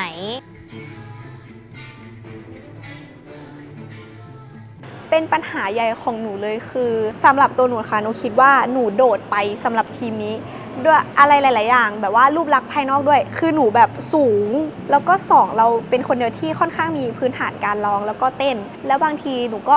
กลัวว่าสิ่งที่หนูทำออกไปอ่ะมันจะโดดไปไหมมันจะเด่นมันจะไปกินซีนเพื่อนไหมนู่นนี่นั่นหนูต้องมานั่งคิด ตอนแรกหนูกดดันมากทุกวันนี้หนูก็ยังกดดันอยู่แล้วหนูก็แบบเคยร้องเดจายูแบบซ้อมอยู่แล้วหนูก็แบบนั่งแบบเหม่ออ่ะเพราะว่าหนูแบบร้องไม่ตรงคีย์สักทีแล้วหนูก็แบบพอเวลามันร้องเพลงไม่ได้มันก็รู้สึกแบบรู้สึกเกลียดตัวเองที่แบบร้องเพลงไม่ได้อ่ะเพราะว่าแบบว่าก็เห็นคนอื่นเขาทำได้แล้วก็อยากทำได้บ้างองค์หญิงเป็นคนที่เครียดมากแล้วก็หนูก็ไปแอบได้ยินมาว่าองค์หญิงเขาแบบ appreciate ในตัวหนูมากเขาอยากจะเป็นแบบหนูคือแบบว่าคือหนูไม่เคยมีใครมองหนูแบบอุ๊ยเป็นไอดอลอยากจะเป็นเหมือนคนนี้ใช่หนูก็แอบไปได้ยินมาว่าแบบองค์หญิงไปพูดกับพี่คนหนึ่งว่าแบบว่าเนี่ยอยากเป็นเหมือนโมนาจังแบบอยากทำได้เหมือนเขาทั้งที่แบบตัวหนูก็แบบไม่เคยมั่นใจในตัวเองเลยต้องบอกก่อนว่าองค์หญิงเขาเริ่มจากศูนย์จริงๆแล้วการที่เขาได้เพอร์ฟอร์มออกมาคือมันเต็มที่จากคนที่แบบมาจากศูนย์จริงๆแล้วค่ะแล้วตอนนี้ก็คือแบบว่าถ้าแบบเรื่องครอบครัวพ่อแม่หนูยังไม่รู้เลยว่าแบบหนูอยู่ในรายการ ใช่คือหนูเคยไปออดิชั่นมาหลายที่แล้วก็แบบไม่ติดอะไรเงี้ยแม่ก็บอกว่าถ้าแบบทำไม่ได้ก็ไม่ต้องแบบเสียเวลาไปอะไรเงี้ยหนูก็เสียใจแต่ว่าพยายามฝึก แล้วก็ให้กำลังใจตัวเองว่า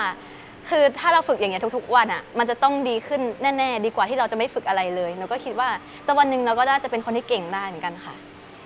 นี่นะหนูว่าหนูไม่รู้ว่าคนอื่นบอกว่าทีมเราแบบเป็นยังไงแต่ส่วนตัวหนูคิดว่าทุกคนช่วยเหลือกันดีแล้วก็ให้กำลังใจกันดีจริงๆทุกคนแบบพยายามมากๆ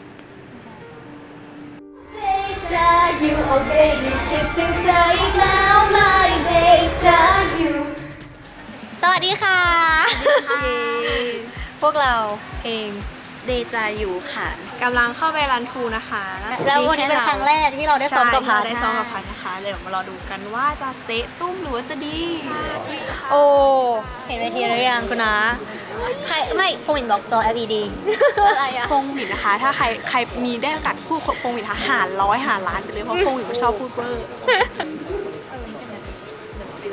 ก็รู้สึกว่าอาจจะมีเรื่องใหม่เช่นแบบบล็อกกิ้งเพราะมันมีเส้นอะไรอย่างเงี้ยมากขึ้นก็อาจจะรู้สึกว่ากังวลแล้วก็บางทียังลืมหยิบไมค์ร้องเพราะว่าไปโฟกัสอย่างอื่นเยอะขนาดนั้น Oh boy you give me deja vu แล้วก็เราเพิ่งได้เล่นกับพัดแล้วก็รู้สึกว่าพัดมันไม่เหมือนอย่างที่คิดคือมันไม่ได้ลื่นค่ะดูค่ะมันไม่แอะให้เราอ่ะคือมันหนืดมากๆ4 5 6 7 8 1 2 3ออก4ขึ้น5ขึ้น6ขึ้น7เล่นโซแล้ว1 2แล้วมีการเปลี่ยนบล็อกกิ้งด้วย ใช่ วันนี้เลย เปลี่ยนไม่เยอะเปลี่ยนแค่แบบว่าขึ้นหน้าถอยหลังประมาณนั้น โอเคระยะเดิมมันเป็นระยะไหนถึงต้องเอาระยะเดิมรองเท้าเป็นส้นเข็มก็เลยคิดว่าจะขอสไตล์เปลี่ยนเพราะว่าเวลาเต้นมันงงเงแล้วก็เดินไม่ค่อยทันใช่เพราะว่าหนูต้องแบบเปลี่ยนบล็อกกิ้งบ่อยใช่ค่ะแล้วหนูก็เอาไมค์กระแทกปากผู้หญิงเอาศอกมากระแทกไมค์โมนาแล้วท่อนโมนาคือร้องไม่ได้เลยสรุปคนดูไม่ได้ยินอะไรคะที่เสียงฟันกระแทกกับไมค์เราติดตามทีมเรากีได้พวกเราด้วยค่ะเราติดตามพวกเราทีมเดจายูด้วยนะคะบ๊ายบายแล้วเราแบบอย่างเงี้ยปึ้งปึ้ง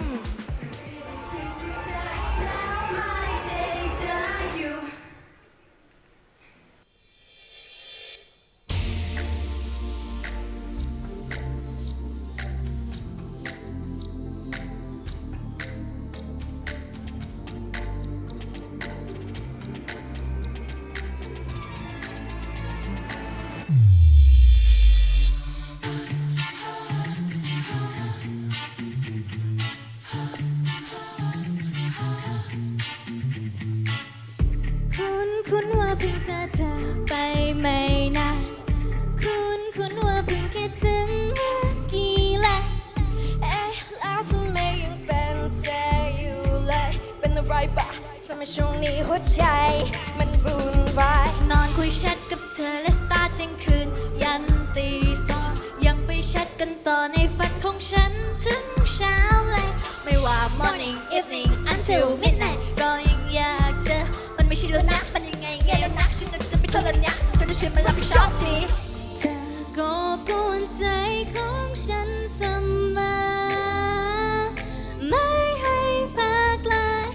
ไม่มีตอนไหนไม่คิดถึงเธอ Oh boy you give me deja vu Oh deja vu Oh boy you give me deja vu Oh deja vu Oh baby คิดถึงเธออีกแล้ว My deja vu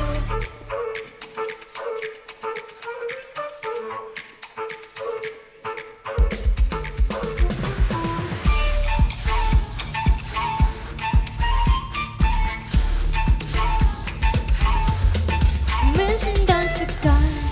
ไว้ในห่วงเวลาไม่ว่ามองที่ใดเห็นเพียงตาหน้าเธอแล้วเธอรู้สึกนึกถึงกันบ้างไหมฉันนั้นอยากรู้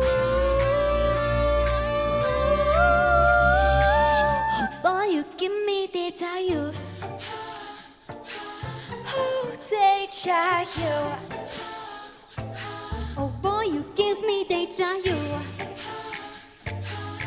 Oh deja vu Oh baby คิดถึงเธอ What you want to do with you deja vu Can I get a little deja vu Oh boy you give me deja vu Oh deja vu Oh baby คิดถึงเธออีกแล้ว My deja vu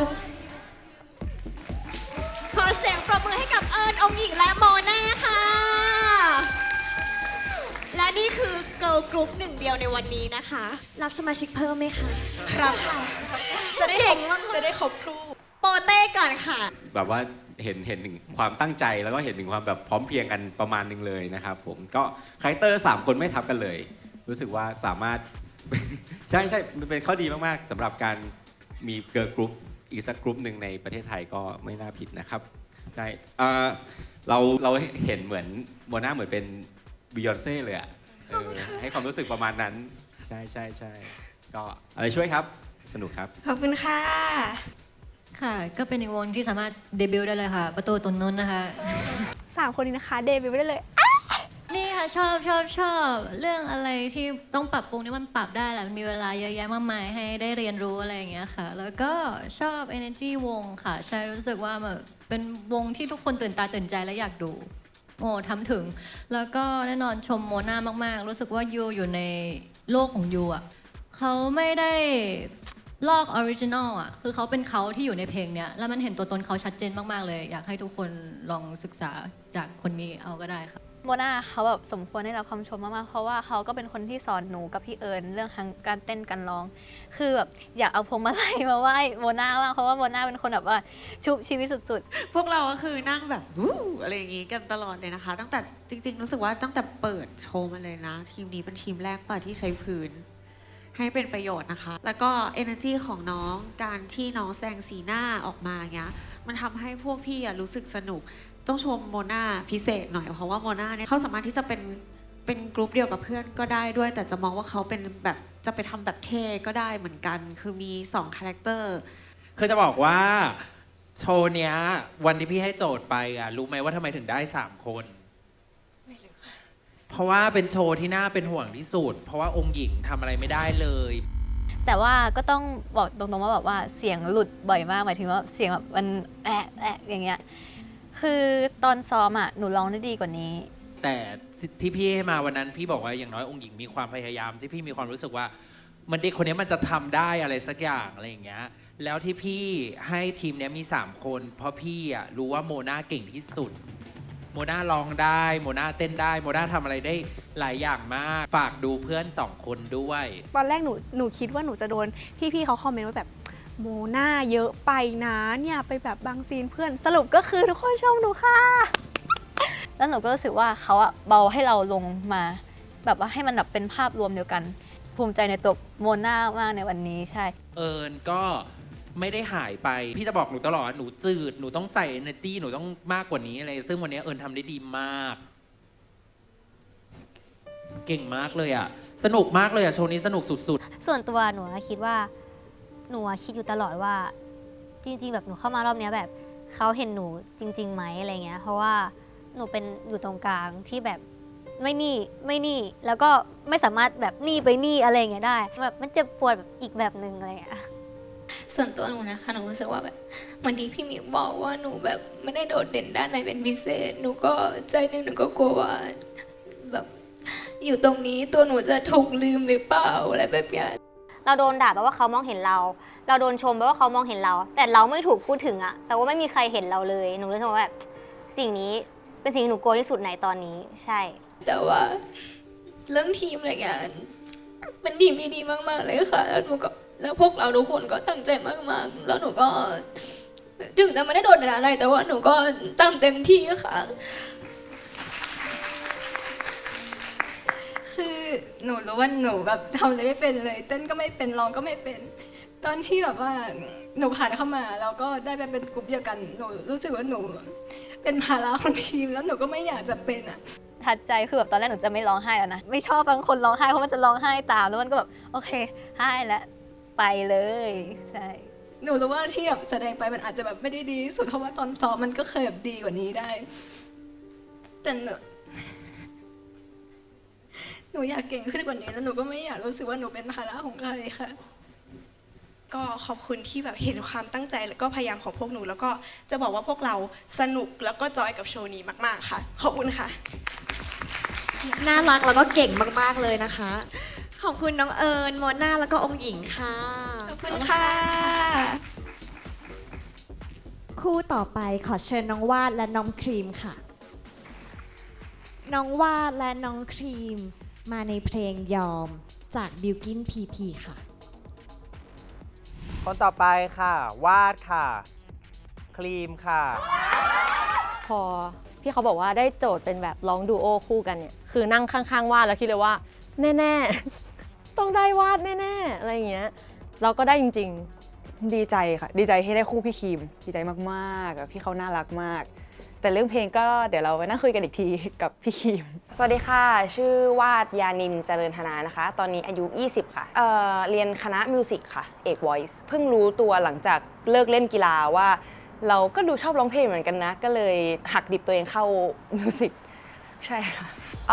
หนูอุบัติเหตุค่ะกระดูกข้อเท้าแตกต้องใส่เฟือกทีนี้ก็มันหยุดไปน่าจะประมาณ 6-7 เดือนที่หนูแบบเดินไม่ได้พอถอดปุ๊บทีนี้มันตามไม่ทันแล้วก็ปัจจุบันขาหนูก็ยังไม่ปกติถ้าแบบมีคนสังเกตจะเห็นว่าหนูตัวเอียงเพราะเป็นผลมาจากการใช้ไม้เท้าตลอดก็เลยกลับไปเล่นไม่ได้เลยต้องเลิกจริงๆหนูเห็นเพื่อนส่งลิงก์มาหนูก็เลยลองส่งไปก่อนหนูรู้สึกว่าเราก็ต้องหาโอกาสหนูอยากทำให้มันดีมากๆเหมือนตอนที่เล่นกีฬาแล้วก็ตอนที่ร้องเพลงหนูก็ขยันซ้อมเหมือนตอนที่เล่นกีฬาแบบมีแพชชั่นกับมันเลยรู้สึกว่าอ๋อจริงๆเราก็รักการร้องเพลงนะเนี่ยค่ะสวัสดีค่ะครีมนะคะสวงโสภิตรัตนศรีสร้อยค่ะอายุ24 ปีค่ะตอนนี้ก็เป็นครูสอนเต้นนักกีฬาระบำใต้น้ำค่ะแล้วก็ทำเกี่ยวกับคลินิกเวลเนสค่ะใช่แต่ว่าตอนนี้ลาออกแล้ว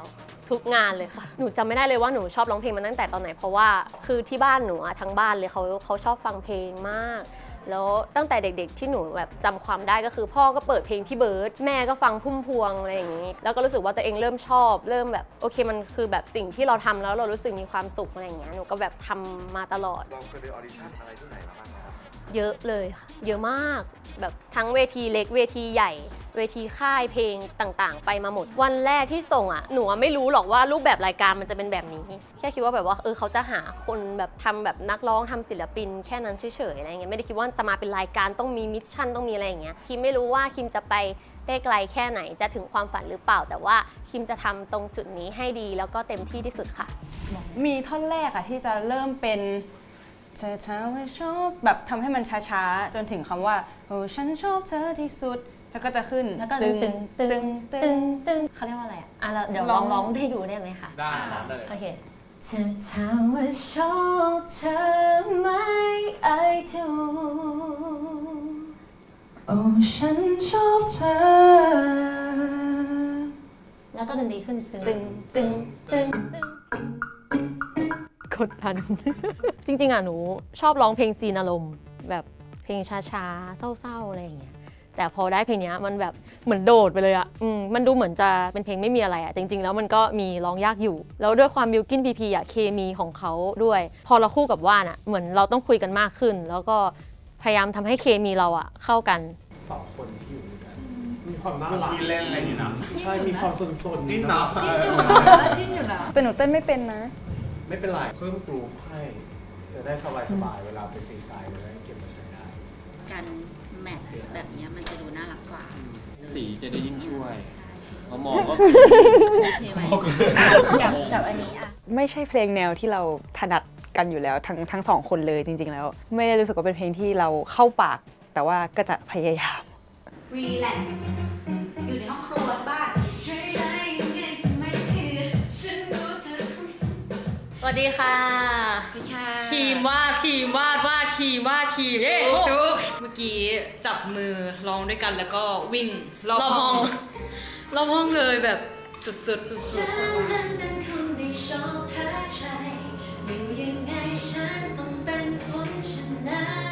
เพลงเหมือนจะไม่มีอะไรแต่มันมีดีเทลเยอะ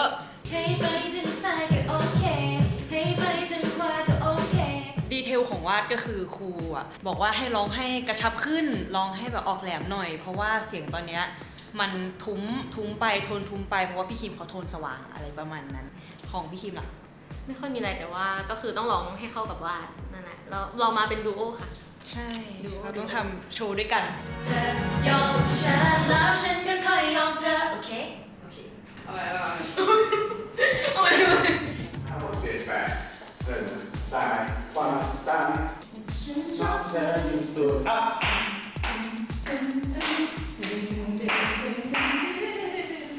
สำหรับตัววาดเป็นคนที่เต้นไม่เป็นเลยแบบไม่เคยเต้นมาก่อนแล้วมาเต้นที่นี่เป็นที่แรกครั้งแรกก็เลยมันยากสำหรับวาดมากๆว่าจะแบบโพสเจอร์ตัวเองไม่ถูกพอเต้นออกมาแล้วมันก็ดูตลกบ้างพี่คิมเขาก็พยายามช่วยเพราะว่าพี่คิมเขาเป็นครูสอนเต้นอยู่แล้วก็เลยโชคดีด้วยค่ะ นี่นะ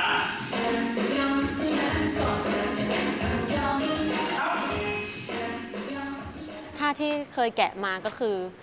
เขาเปลี่ยนหมดเลยใช่เขาเปลี่ยนเป็นแบบโคโรกราฟใหม่อะไรเงี้ยช่วงแรกๆก็คือมันแบบต้องมีสตินิดนึงเพราะว่าจะชอบไปเอาท่าเก่ามาใส่อะไรอย่างเงี้ยค่ะใช่ก็ค่อนข้างยากอยู่ค่ะ เป็นยังไง เต้นไม่ได้เลยคือว่าแบบไม่มีพื้นฐานเต้นไงพี่ยังมีว่าไม่ ได้ เต้นเหมือน น่ารักดี เต้นเหมือนไก่ ก็เดี๋ยวซ้อมไปก็น่าจะดีขึ้น ต้องดีขึ้นแหละใช่ไหมใช่สู้ๆไม่มีปัญหามากกว่า เพราะว่าเราคุยกันตลอดค่ะ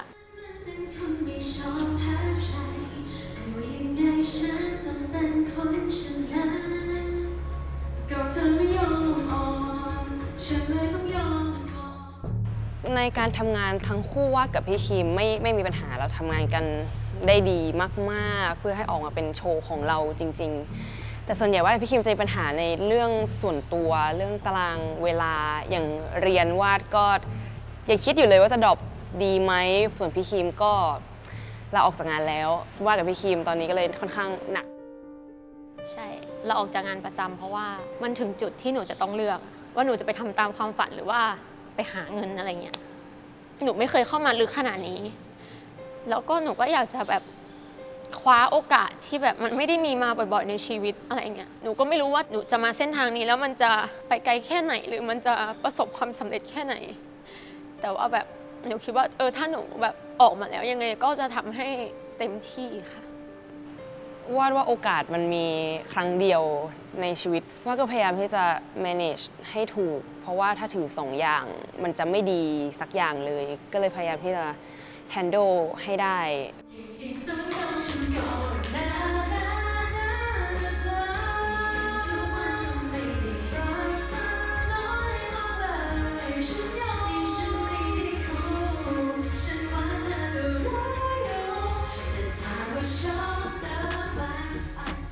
ถึงวันรันทูแล้วใช่ตื่นเต้นมากบนสเตจจริงแล้ววันนี้ภาวนาวันนี้ขอให้เราไม่สะดุดขั้นบันไดนะคะว่าพรุ่งนี้วันจริงแล้วจริงถ้าขาหักวันนี้หรือขาพลิกวันนี้ก็คือพรุ่งนี้ไม่ต้องเจอกันแล้วนะจะถามว่าชอบเธอไหม I do โอ้ฉันชอบเธอที่สุด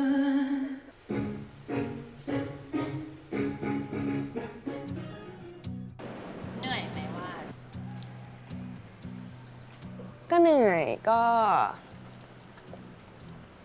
เหนื่อยก็เรียนนอนก็ดึกเรียนก็เช้างานก็ตามไม่ทันอะไรเงี้ยก็เหนื่อยมากเวลากินข้าวก็ไม่ค่อยมี แต่ก็พยายามที่จะไม่ซัฟเฟอร์กับมันขนาดนั้น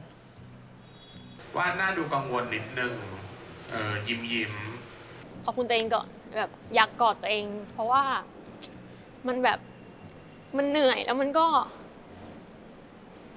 อธิบายเป็นคำพูดไม่ถูกหนูไม่รู้ว่าอนาคตมันจะเป็นยังไงแต่ว่าแบบใจหนูมันอยากทำสิ่งนี้หนูก็เลยจะทำให้ดีที่สุดพยายามบอกกับตัวเองว่าไม่ว่าอะไรจะเกิดขึ้นก็เราทำดีแล้วเราเป็นตัวเองค่ะขอบคุณแม่ขอบคุณพี่ขอบคุณคนที่สนับสนุนถึงแม้ว่าจะไม่ได้อยู่ด้วยกันแต่ก็ให้กำลังใจกันแบบเราแบบไม่ได้แบบสู้อยู่คนเดียวอะไรอย่างเงี้ยค่ะใช่ส่วนพ่อแม่ก็ขอบคุณที่เข้าใจแล้วก็ซัพพอร์ตมาตลอดไม่ว่าเรื่องไหนก็ตาม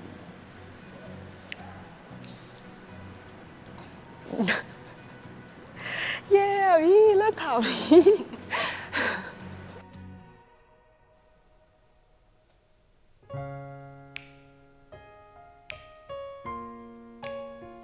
จะถามว่าชอบเธอไหม I do โอ้ฉันชอบเธอที่สุด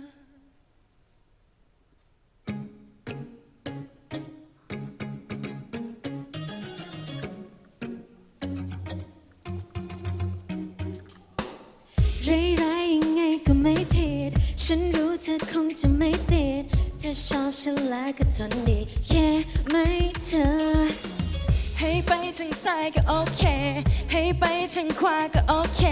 คอยบริการไม่โลเลแค่ไม่เธอฉันมันเป็นคนไม่ชอบแพ้ใครไม่ว่ายังไงฉันต้องเป็นคนชนะ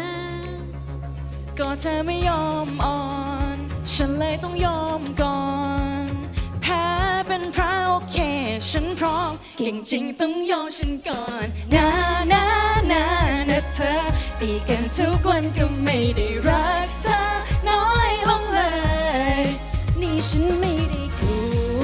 ฉันว่าเธอก็รู้อยู่เธอถามว่าชอบเธอไหม I do โอ้ฉันชอบเธอที่สุดถ้าเธอยอมฉันก่อนถ้าจะเป็นคนยอมแค่เธอยอมฉันแล้วฉันไม่ค่อยยอมเธอถ้าเธอยอมฉันก่อนถ้าจะเป็นคนยอมแค่เธอยอมฉันแล้วฉันก็ค่อยยอมเธอเก่งจริงต้องยอมฉันก่อนนะเธอตีกันทุกวันก็ไม่ได้รักเธอน้อยลงเลยฉันยอมนี่ฉันไม่ได้คู่ฉันว่าเธอก็รู้อยู่เธอถามว่าชอบเธอไหม I do โอ้ฉันชอบเธอที่สุดเธอยอมฉันก่อนเธอจะเป็นคนยอมแค่เธอน้อยลงเลยถ้าเธอยอมฉันก่อนเธอจะเป็นคนยอมแค่เธอยอมฉันแล้วฉันก็ค่อยยอมเธอโอเคขอเสียงประมือให้กับน้องว่านและน้องครีมค่ะ ขอจิ้นได้ไหมคะ เราไปฟังคอมเมนต์จากพี่ๆดีเรคเตอร์ก่อนเนาะ ขอเชิญพี่โปเต้เลยค่ะ น่ารักดีครับดุกดิกมากเลยแล้วก็รู้สึกว่ามันเป็นเคมีที่แปลกตาเหมือนกันหมายถึงว่าดีเป็นสิ่งที่ดีนะมีสาวเท่2คนมาร้องเพลงด้วยกันแล้วก็มีโชว์มีโมเมนต์ด้วยกันอะไรเงี้ยซึ่งน่ารักดีครับแล้วก็ชมครีมก่อนครีมเป็นคนเสียงเพราะมากเลยวาดก็ดูแบบ energy แบบส่ง positive มากๆรับส่งกับครีมได้ดีนะครับแต่วาดอาจจะต้องระวังเรื่อง pitch เธอตีกันทุกวันก็ไม่ได้รักเธอน้อยลงเลยนะครับเวลาร้องอย่างเช่นแบบท่อนที่จะต้องแบบร้องเสียงสูงยาวๆมันจะมีแฟลตบ้างครีมอ่ะเขาเป็นคนที่ร้องดีเต้นดีเลเวลของเขาจะสูงมากอะไรเงี้ยแต่พอเขามาได้ร้องเพลงที่มันไม่ได้ยากเหมือนที่เขาโชว์รอบก่อนๆเงี้ยซึ่งจะบอกว่าเขาทำได้ดีมากแล้วเขาก็น่ารักตรงที่พาวาดอ่ะโชว์ด้วยกันออกมาได้ดีโดยที่แบบครีมก็ไม่ได้กบวาดเลยอะไรเงี้ยเป็นวาดแบบใหม่ที่พี่ชอบเพราะว่าก่อนหน้านั้นก็จะมีความแบบติดแอคติดเนื้อออกปะบางทีมันก็ขัดตาพี่นิดนึงอะไรอย่างเงี้ยแต่วันนี้คือเป็นวาดที่แบบดูดีดูแบบดูแพงมากแล้วพออยู่ด้วยกันแล้วมันแบบวู้ก็รู้สึกเหมือนกันว่าเขาอยู่ด้วยกันแล้วมันน่ารักอ่ะคือเหมือนยังครีมอ่ะเขาจะดูแบบว่าเด็กดีเด็กเรียนที่แบบเป๊ะมากเลยอ่ะร้องก็เป๊ะเหมือนซ้อมเยอะอ่ะแล้วก็วาดก็จะดูแบบว่ามีเสน่ห์มากเลยเวลาเขายิ้มอะไรมาดูธรรมชาติแล้วก็ดูแบบว่าดูเขาแบบส่งความแบบว่าไงคะมาถึงคนดูได้อะไรอย่างเงี้ยค่ะแล้วคือยืนด้วยกันแล้วดูมันเข้ากันยังไงก็ไม่รู้มันน่ารักมากเลยค่ะตอนแรกแบบก็มีความกังวลแต่พอโชว์มาจริงๆแล้วรีแลกซ์มากๆแล้วรู้สึกว่าตัวเองทำได้ดีมากๆในวันนี้เต้นไม่ผิดเลยรู้สึกว่าแบบวันนี้ฟูลฟิลสุดๆ หนูรู้สึกโอเคมากพอขึ้นไปบนเวทีจริงๆมันเหมือนแบบเราโฟกัสแค่ว่าคู่ของเราอ่ะเขาจะทำอะไรแล้วก็หนูคิดว่าบนสเตจก็คือทั้งฟีลลิ่งอะไรที่แบบคุณครูเขาเคยบอกให้แก้ไขอ่ะหนูเอาออกมาทั้งหมดแล้วโชว์นี้เป็นโชว์ที่อารมณ์มันไปด้วยกันน่ะชอบตรงที่มันแบบมันไม่มีความพยายามอ่ะคือเรารู้ว่าบางทีแบบสมมติว่าข้างนอกเราเป็นแบบหนึ่งใช่ไหมคนก็จะคาดหวังว่าให้เราเป็นตามสิ่งที่มันมองเห็นนะแต่จริงๆแล้วเรามีตัวตนของเราอีเวนต์อยู่ยืนข้างกันมีคนมาเรียกว่าแบบ เป็นสาวผมสั้นแต่จริงๆแล้วเรามีข้างในของเราแต่ละคนที่ไม่เหมือนกันแล้วไม่มีใครมาจัดและนี่คือสิ่งที่มันน่ารักมากคิมเป็นคนที่ร้องเพลงดีมากอยู่ร้องเพลงดีแล้วก็เพอร์ฟอร์มได้ดีมากเช่นเดียวกับวาดเหมือนกันวาดอาจจะต้องแคชอัพตามเพื่อนหน่อยเรื่องของการร้องเท่านั้นเองวันนี้ไม่ได้รู้สึกเลยว่าแอคเน่บอกตรงเน่ตั้งแต่เช้าจนตรงนี้มาเน่ชอบรายการนี้มากๆเลยนะเน่รู้สึกมันไม่ปิดกั้นมันไม่จัดมันไม่มีอะไรเลยแล้วมันอะไรก็ได้มันทำให้มันเปิดกว้างอ่ะแล้วเน่ไม่เคยเห็นอะไรแบบนี้บอกตรงเน่เซอร์ไพรส์หมายถึงว่ามันเป็นเคมีที่น่ารักมากๆมันอบอุ่นมัน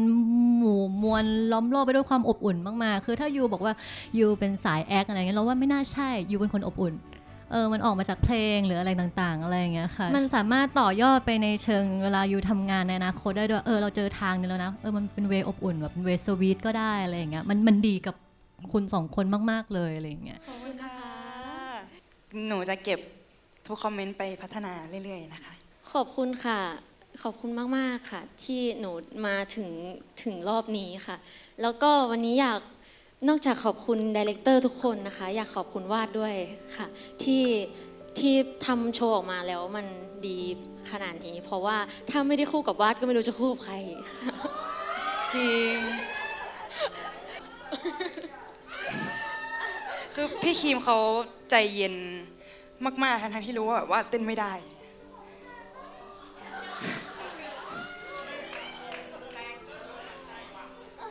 เขาใจเย็นมากๆจริงๆแบบช่วยว่าเต้นช่วยว่าซ้อมเพราะว่านี่แบบครั้งแรกที่ว่าเต้นเขาก็แบบใจเย็นกับวาดมากๆแล้วก็ช่วยวาดได้เยอะมากๆคู่เขาเราของแท้ ขอบคุณค่ะ ขอบคุณน้องวาดแล้วก็น้องครีมนะคะขอบคุณค่ะขอบคุณค่ะคู่ถัดไปขอเชิญจัสมินและจีน่าค่ะสวัสดีค่ะจัสมินและจีน่าวันนี้มาในเพลงเก่งแต่ลับหลังส้มมาลีฟิชเชอร์ลิงพันโฟอีฟค่ะพอได้โจทย์เพลงแล้วก็ได้ครูพี่จีน่าก็รู้สึกแปลกนิดนึงค่ะเพราะว่ามันเหมือนมากันคนละเวนิดนึงอ่ะพี่จีน่าจะเป็นสายร้องเลยแล้วก็เพลงที่ได้ก็เป็นเพลงน่ารักก็เลยงงแต่ว่าพอรู้ว่าเป็นจัสมินก็โอเคเพราะว่าเหมือนได้ยินมาว่าน้องเขาก็แบบไปประกวดรายการโน้นอะไรอย่างเงี้ยค่ะก็พอเห็นอยู่บ้างสวัสดีค่ะชื่อจัสมินค่ะกิติยาลักษณ์จุฑาวรานนท์เรียนอยู่จุฬาลงกรณ์คณะนิเทศค่ะหนูเป็นคนอุบลแต่ว่ามาโตเชียงรายที่บ้านสนับสนุนเป็นอย่างดีค่ะหนูอยากทำอะไรก็ให้ไปลุยเองตอนที่ไปประกวดอีกรายการหนึ่งคือมันแบบหนูเริ่มจากศูนย์เลยค่ะหนูโชคดีด้วยที่ติดเข้าไปก็ต้องแบบฟื้นใหม่ทั้งหมดเพื่อนเราก็เป็นคนต่างประเทศแบบกดดันมากหนูเห็นที่นี่เปิดออดิชั่นนะคะแล้วก็อยากเป็นศิลปินอยู่แล้วก็เลยคิดว่าโอเคงั้นถ้าที่นั่นหนูไม่ได้ที่นี่ก็ต้องได้แล้วก็ขอบคุณมากค่ะที่เชียร์หนูอยู่ถ้าหนูทำถูกหรือทำผิดอะไรจริงๆก็พูดได้เลยนะคะหนูจะเอากลับไปพัฒนาแล้วก็ฝากบอกป๊ามีไม่ต้องเป็นห่วงนะคะน้องแบบนั่นแหละจะทำตามความฝันต่อไปค่ะสวัสดีค่ะจีน่าค่ะพัชรินทร์สุจริตค่ะตอนนี้เป็นฟรีแลนซ์เป็นนักแสดงอิสระค่ะอายุ26 ปีค่ะถ้ากับตัวเองเลยก็คือจะเป็นคนที่มีความดื้อรั้นในตัวเองในเรื่องของแบบความฝันในเรื่องของสิ่งที่เรารักเราจะชัดเจนกับตัวเองมากจริงๆแล้วผ่านการประกวดมาตั้งแต่โรงเรียนแล้วค่ะโตมาก็ถ้ามีโอกาสได้ไปแบบตามรายการประกวดร้องเพลงอะไรเงี้ยก็ไปค่ะที่เคยไปก็มี The Next Boy Girl Band ค่ะ Dutchy New Gen ปี 2018 The Star อย่างเงี้ยหรือแม้กระทั่งแบบ Audition JYP ปี 2016 ได้เข้าไปในถึงรอบ Private Audition เลยเป็นดาราใหญ่มันก็จะรวยไง มารอดูกันค่ะว่าในเวทีนี้จีน่าจะตั้งใจทำโชว์ทุกโชว์ออกมาให้ดีที่สุดให้ทุกคนทั้งบ้านให้ยายให้แม่ให้พ่อให้ย่าเห็นนะว่าหลานลูกคนนี้มันสุดยอดแค่ไหนให้เห็นว่าเพื่อนคนนี้นี่มันเลิศจึ้งปังคอยดู ก็กดดันค่ะเพราะว่าเมื่อกี้ก็ไปคุยกับพี่จีน่ามาก็ลองแบบไปคุยกันเล็กๆน้อยๆแล้วว่าเราจะทำโชว์กันยังไงดีโอเคมีภาพประมาณไหนอยากให้มันออกมาประมาณไหนคือพี่จีน่าเขาจะพูดแบบเอาท่อนตรงนี้ไหมตรงนี้ไหมตรงนี้ไหมแล้วหนูก็จะได้ค่ะแต่คือถึงในใจหนูจะแบบ หนูไม่อยากได้ตรงนี้อ่ะแต่หนูตอบได้แค่ได้ค่ะแบบกดดันอ่ะหนูอยากฝากว่าถ้าคลิปนี้ออนแอร์ออกไปอ่ะพี่จีน่าจะเห็นหนูได้ค่ะแต่ความเป็นจริงในใจหนูคิดไอเดียเยอะมากๆเลยอ่ะแต่หนูแค่ไม่กล้าพูดออกมางั้นหนูคิดว่าโชว์นี้น่าจะออกมาดีค่ะโอเคหนูไม่กล้าพูดจริงๆอ่ะฉันรู้ว่าเธอทำได้ไม่ต้องกังวลมากเราจะผ่านมันไปด้วยกัน ฉันคิดว่าเธอทำได้แน่ๆ รักแต่งเองใช่ไหม อันนี้หนูแต่งเอง แล้วก็ฮุกสุดท้ายก็ จะมี เปลี่ แร ยน ป เป็น ของ แรป น้อง ด้วยค่ะ อีกท่อนหนึง ร้องแบบที่ตัดมามาก่อนให้พี่เขาฟังก่อนทั้งหมด ฟังอันนี้ ใช่ลองฟังสิ่งที่ตัดมาที่หนูเตรียมมา จะลองทำตาม ไฟล์มันอยู่ไหนได้ไหม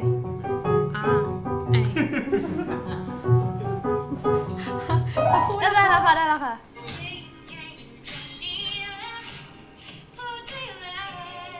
หนูอาจจะใส่แอดลิบไปตอนท่อนฮุกสุดท้ายแล้วก็จะมีน้องแรปเข้ามาค่ะ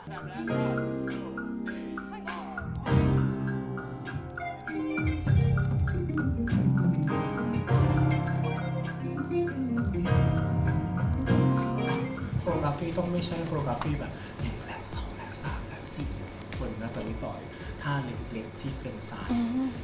แล้วก็ กำลังคิดอยู่ค่ะว่าควรที่แบบให้มันเป็น all jeans เลยดีไหมแบบ ดีเทลอะไรเล็กๆที่มีความเป็นผู้หญิงเข้าไปด้วย มันจะไม่ได้แบบเทเกินขนาดนั้นแต่มีความแบบมีดีเทลอะไรบางอย่าง เป็นมินิเข้ามาหน่อย รักให้ชาติหน่อยขึ้นตรงนี้ให้ดูหน่อยอยากจะรู้จากเธอจริงๆว่าจะพูดออกมายังไงมันคือความปลอมมีคนร้องไห้ค่ะคานี้โหดมากมีคนร้องไห้ คือหนูแบบหนูเหมือนศูนย์อะคือหนู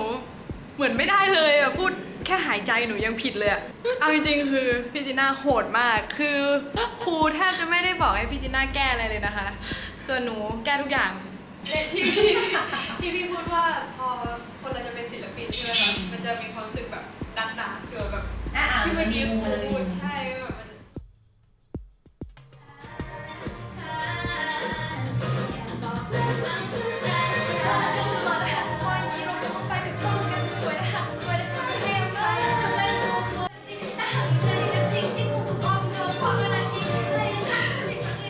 คือหนูอะต้องยืนเฮ้ยอยู่อย่างเงี้ย20 นาทีพี่แล้วก็ร้องไห้ไปครึ่งชั่วโมงแล้วก็หมดคาบสรุปวันนี้ไม่ได้เรียน จริงๆแล้วเพลงที่เราจะเอาไปโชว์อ่ะมันเป็นเพลงเศร้าทุกคน ใช่เหรอพี่อันนี้ผิดเพลงหรือเปล่า ใช่ถูกแล้ว ถูกแล้วโอเค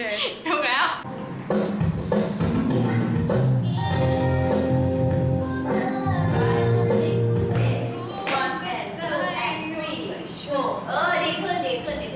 ก็มีปัญหาอยู่นะคะแบบ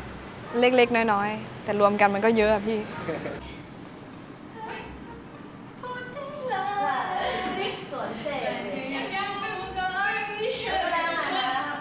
ปัญหาไม่มีเพราะว่า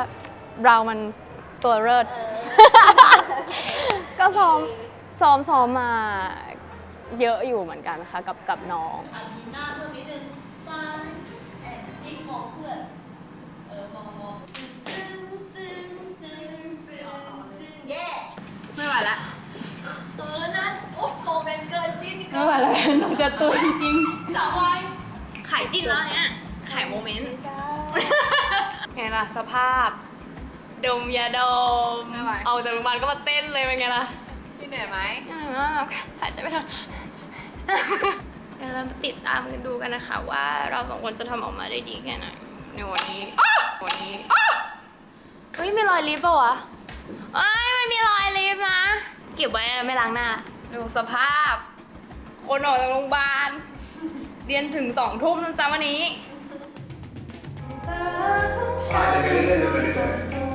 เขาให้ร้องเพลงค่ะแล้วก็เต้นด้วย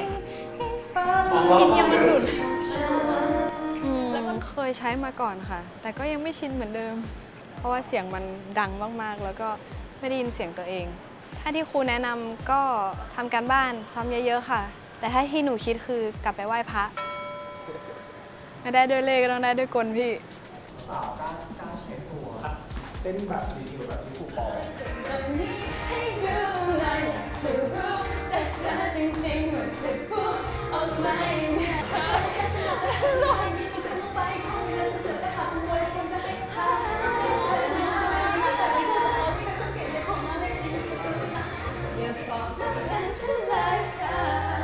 เลือกที่จะแบบบอกน้องว่าเราแบบว่าไม่อยากมีความคิดที่จะแบบมาแข่งกันอะไรเงี้ยอยากให้มันเป็นแบบว่าเราทำงานเป็นทีมเวิร์กไปด้วยกันแบบด้วยให้มันแบบจอยๆกันอะไรเงี้ยค่ะไม่อยากแบบมานั่งแบบว่าแข่งอะไรอย่างงั้นแต่ว่าพอไปถึงคลาสเรียนอะไม่รู้พี่ออยพูดอะไรแล้วมันไปสะกิดน้องแล้วน้องก็คือน้ำตาคลอแล้วก็ไหลออกมาเลยแล้วก็แบบ เด็กรีแลกซ์กว่านี้ได้นะพี่บอกไม่คาดหวังเรื่องเต้นนี่พูดจริงเต้นผิดได้ จริงเหรอ จริงเต้นผิดได้แต่คราวนี้เต้นผิดเราไม่ใช่กังวลเก็ตมากหมายถึงว่าแต่พอหนูผิดหนูจะกังวลแต่คือที่หมายถึงว่าไม่ซีเรียสคือผิดก็ผิดแต่ว่าฟีลลิ่งของเรามันต้องมีต่อเพอร์ฟอร์มต่อเห็นไหมแบบผิดก็ผิดก็ผิดไปไม่เป็นไรไม่ต้องซีเรียสแต่ว่า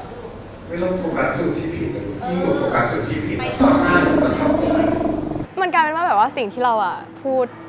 ให้น้องฟังไปตอนกินข้าวตอนนั้นมันทำให้เหมือนแบบน้องกลายเป็นแบบโทษตัวเองอะไรอย่างเงี้ย อันเดิมเลยนะไปเคลียร์เองนะลูกกับตอนท้ายที่เราอยากเล่นอัน acting อันนั้นกันตอนท้ายหนูต้องเล่นช้ากว่านี้หนูอยากเล่นเพราะไม่งั้นไม่ชัดมันงงละมันยังแบบนั่นสิหนูอาจจะยังไม่ได้รู้จักที่นี่แบบมากขนาดนั้นหนูเลยยังสับสนอยู่ไม่รู้ว่าต้องรู้สึกยังไงหรือทำยังไงกับตัวเองค่ะสวัสดีค่ะทุกคนวันนี้เป็นไงบ้างคะยังง่วงแต่ว่าจะเข้าไปแล้ว ทำไมเรากลายเป็นอวตารเนี่ยพี่เหลืองจังส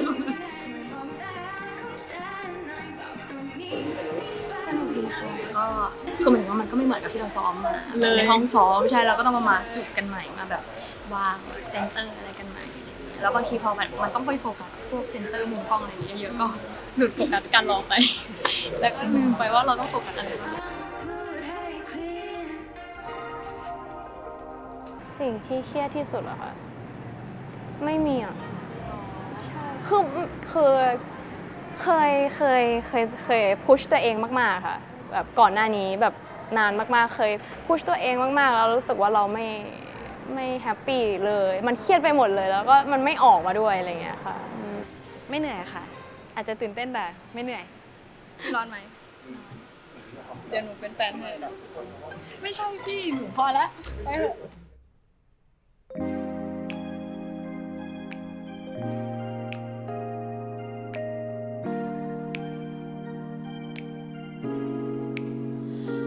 ต่างๆให้ชัดหน่อยเก่งตรงนี้ให้ดูหน่อยอยากจะรู้จากเธอจริงๆว่าจะพูดออกมายังไงช่วยมองตาของฉันหน่อยบอกตรงนี้ให้ฟังหน่อยว่าชอบฉันอย่าบอกลับหลังฉันเลยเธอฉันยืนอยู่ตรงนี้และพูดมาเลยไม่ต้องเขินไม่ต้องอายเก่งแต่ลับหลังรึกยังไงอยู่ตรงนี้ละพูดได้เลยแกล้งไม่รู้ก็ได้อยู่แต่ช่วยพูดให้ฟังหน่อยอยากให้เธอลอง introduce ดูจะได้รู้เธอน่ะมีใจคิดตรงกันก็พูดมาเลยอย่ามาไว้วันแค่รอว่าฉันน่ะรู้ไม่ทันอย่ามาท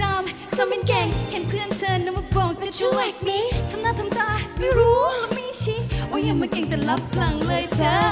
พูดให้เคลียร์พูดมาเลยพูดให้เคลียร์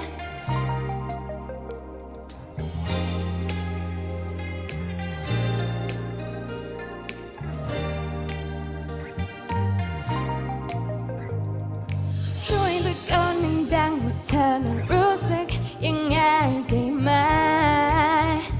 ได้ไหมพูดดังๆให้ชัดหน่อยเก่งตรงนี้ให้ดูหน่อยอยากจะรู้จากเธอจริงๆว่าจะพูดออกมายังไงช่วยมองตาของฉันหน่อยบอกตรงนี้ให้ฟังหน่อยว่าชอบฉัน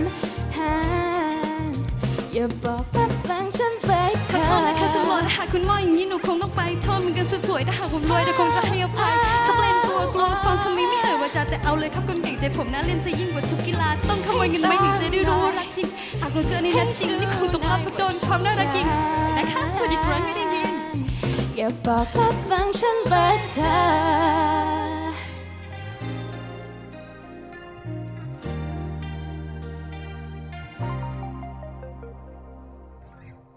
ขอเสียงปรบมือให้กับน้องจัสมินและจีน่าค่ะ น่ารักสดใสมากๆค่ะ เรามาฟังคอมเมนต์จากพี่ๆดีเรคเตอร์กันดีกว่าเนาะ คือส่วนตัวชอบโชว์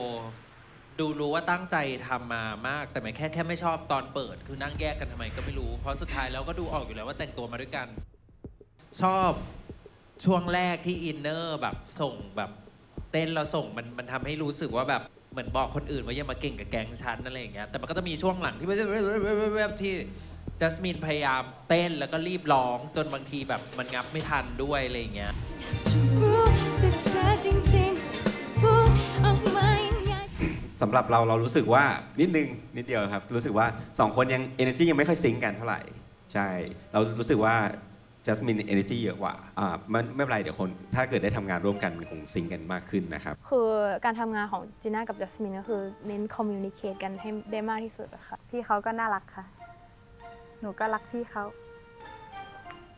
ที่ชอบมากๆเลยรู้สึกว่าเขาเตรียมตัวมาดีมากค่ะแล้วก็เป็นศิลปินหน้าใหม่ที่มาออกอะไรเงี้ยมาดูเป็นอย่างนั้นแต่ว่าถ้าพี่จะฝากก็คือเป็นเรื่องของความ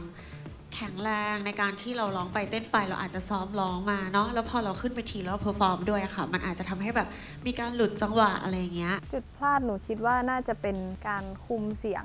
ยง ก็คือร้องได้โอเคทั้งคู่เลยแต่ว่าจีน่าจะชอบเอกลักษณ์ของเขามากเป็นพิเศษนิดนึงเพราะว่าดูแบบเสียงแบบว่าว้าวเด็กอินเตอร์เขาก็ชมเสียงจีน่าส่วนตัวแล้วก็ดีใจแค่นี้พอใจแล้วสำหรับวันนี้ ไม่มีอะไรคอมเมนต์ค่ะแค่เดบิวต์เลยค่ะเนาะจัสมินเนาะเรามาทางนี้อยู่แล้วเนาะ กรรมการเขา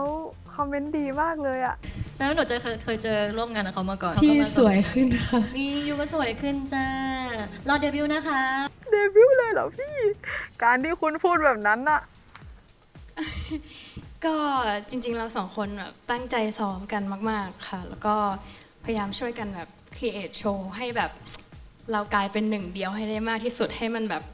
กลมกันให้ได้มากที่สุดนะคะขอบคุณทีมงานทุกคนนะคะขอบคุณกรรมการที่ตื่นเช้ามาถ่ายในวันนี้ค่ะตอนนี้หนูก็ค่อนข้างง่วงมากอาจจะพูดอะไรไม่ถูกค่ะหนูพอใจมากนะพี่จะไม่พูดว่าที่สุด เพราะมันต้องมีอีกแน่ เก่งมากๆค่ะขอบคุณจัสมินและจีน่าค่ะขอบคุณค่ะ ผ่านไปเรียบร้อยแล้วนะครับสำหรับ 6 โชว์ในสัปดาห์นี้สัปดาห์หน้ายังเหลืออีก 4 โชว์กับโจทย์จับคู่ร้องเพลงทีป๊อปซึ่งเป็นสัปดาห์สุดท้ายแล้วของมิชชั่นนี้มาลุ้นกันครับว่าใครที่จะต้องพักการเรียนไปก่อนจนแบบวันรันแล้วก็ยังแบบเฮ้ยมันยังไม่เป๊ะมันยังไม่ได้อะไรอย่างเงี้ย ไม่อยากให้กรรมการทุกคนผิดหวังที่เลือกหนูมาก็เลยค่อนข้างที่จะซีเรียสกับการร้องมากๆผมก็ดรอปคีย์ลงไหมพี่ผมเสียงมันเล่นเสียงไม่สูงนะไม่ต้องดรอปหรอกไม่สูงมากพี่แต่ผมสูงไงพี่ว่ามันขาดการสื่อสาร น้ำตาคลอรู้สึกจริงๆ คือมันดีมาก คนที่พักการเรียนนะคะจะอยู่ในกลุ่มดีนะคะ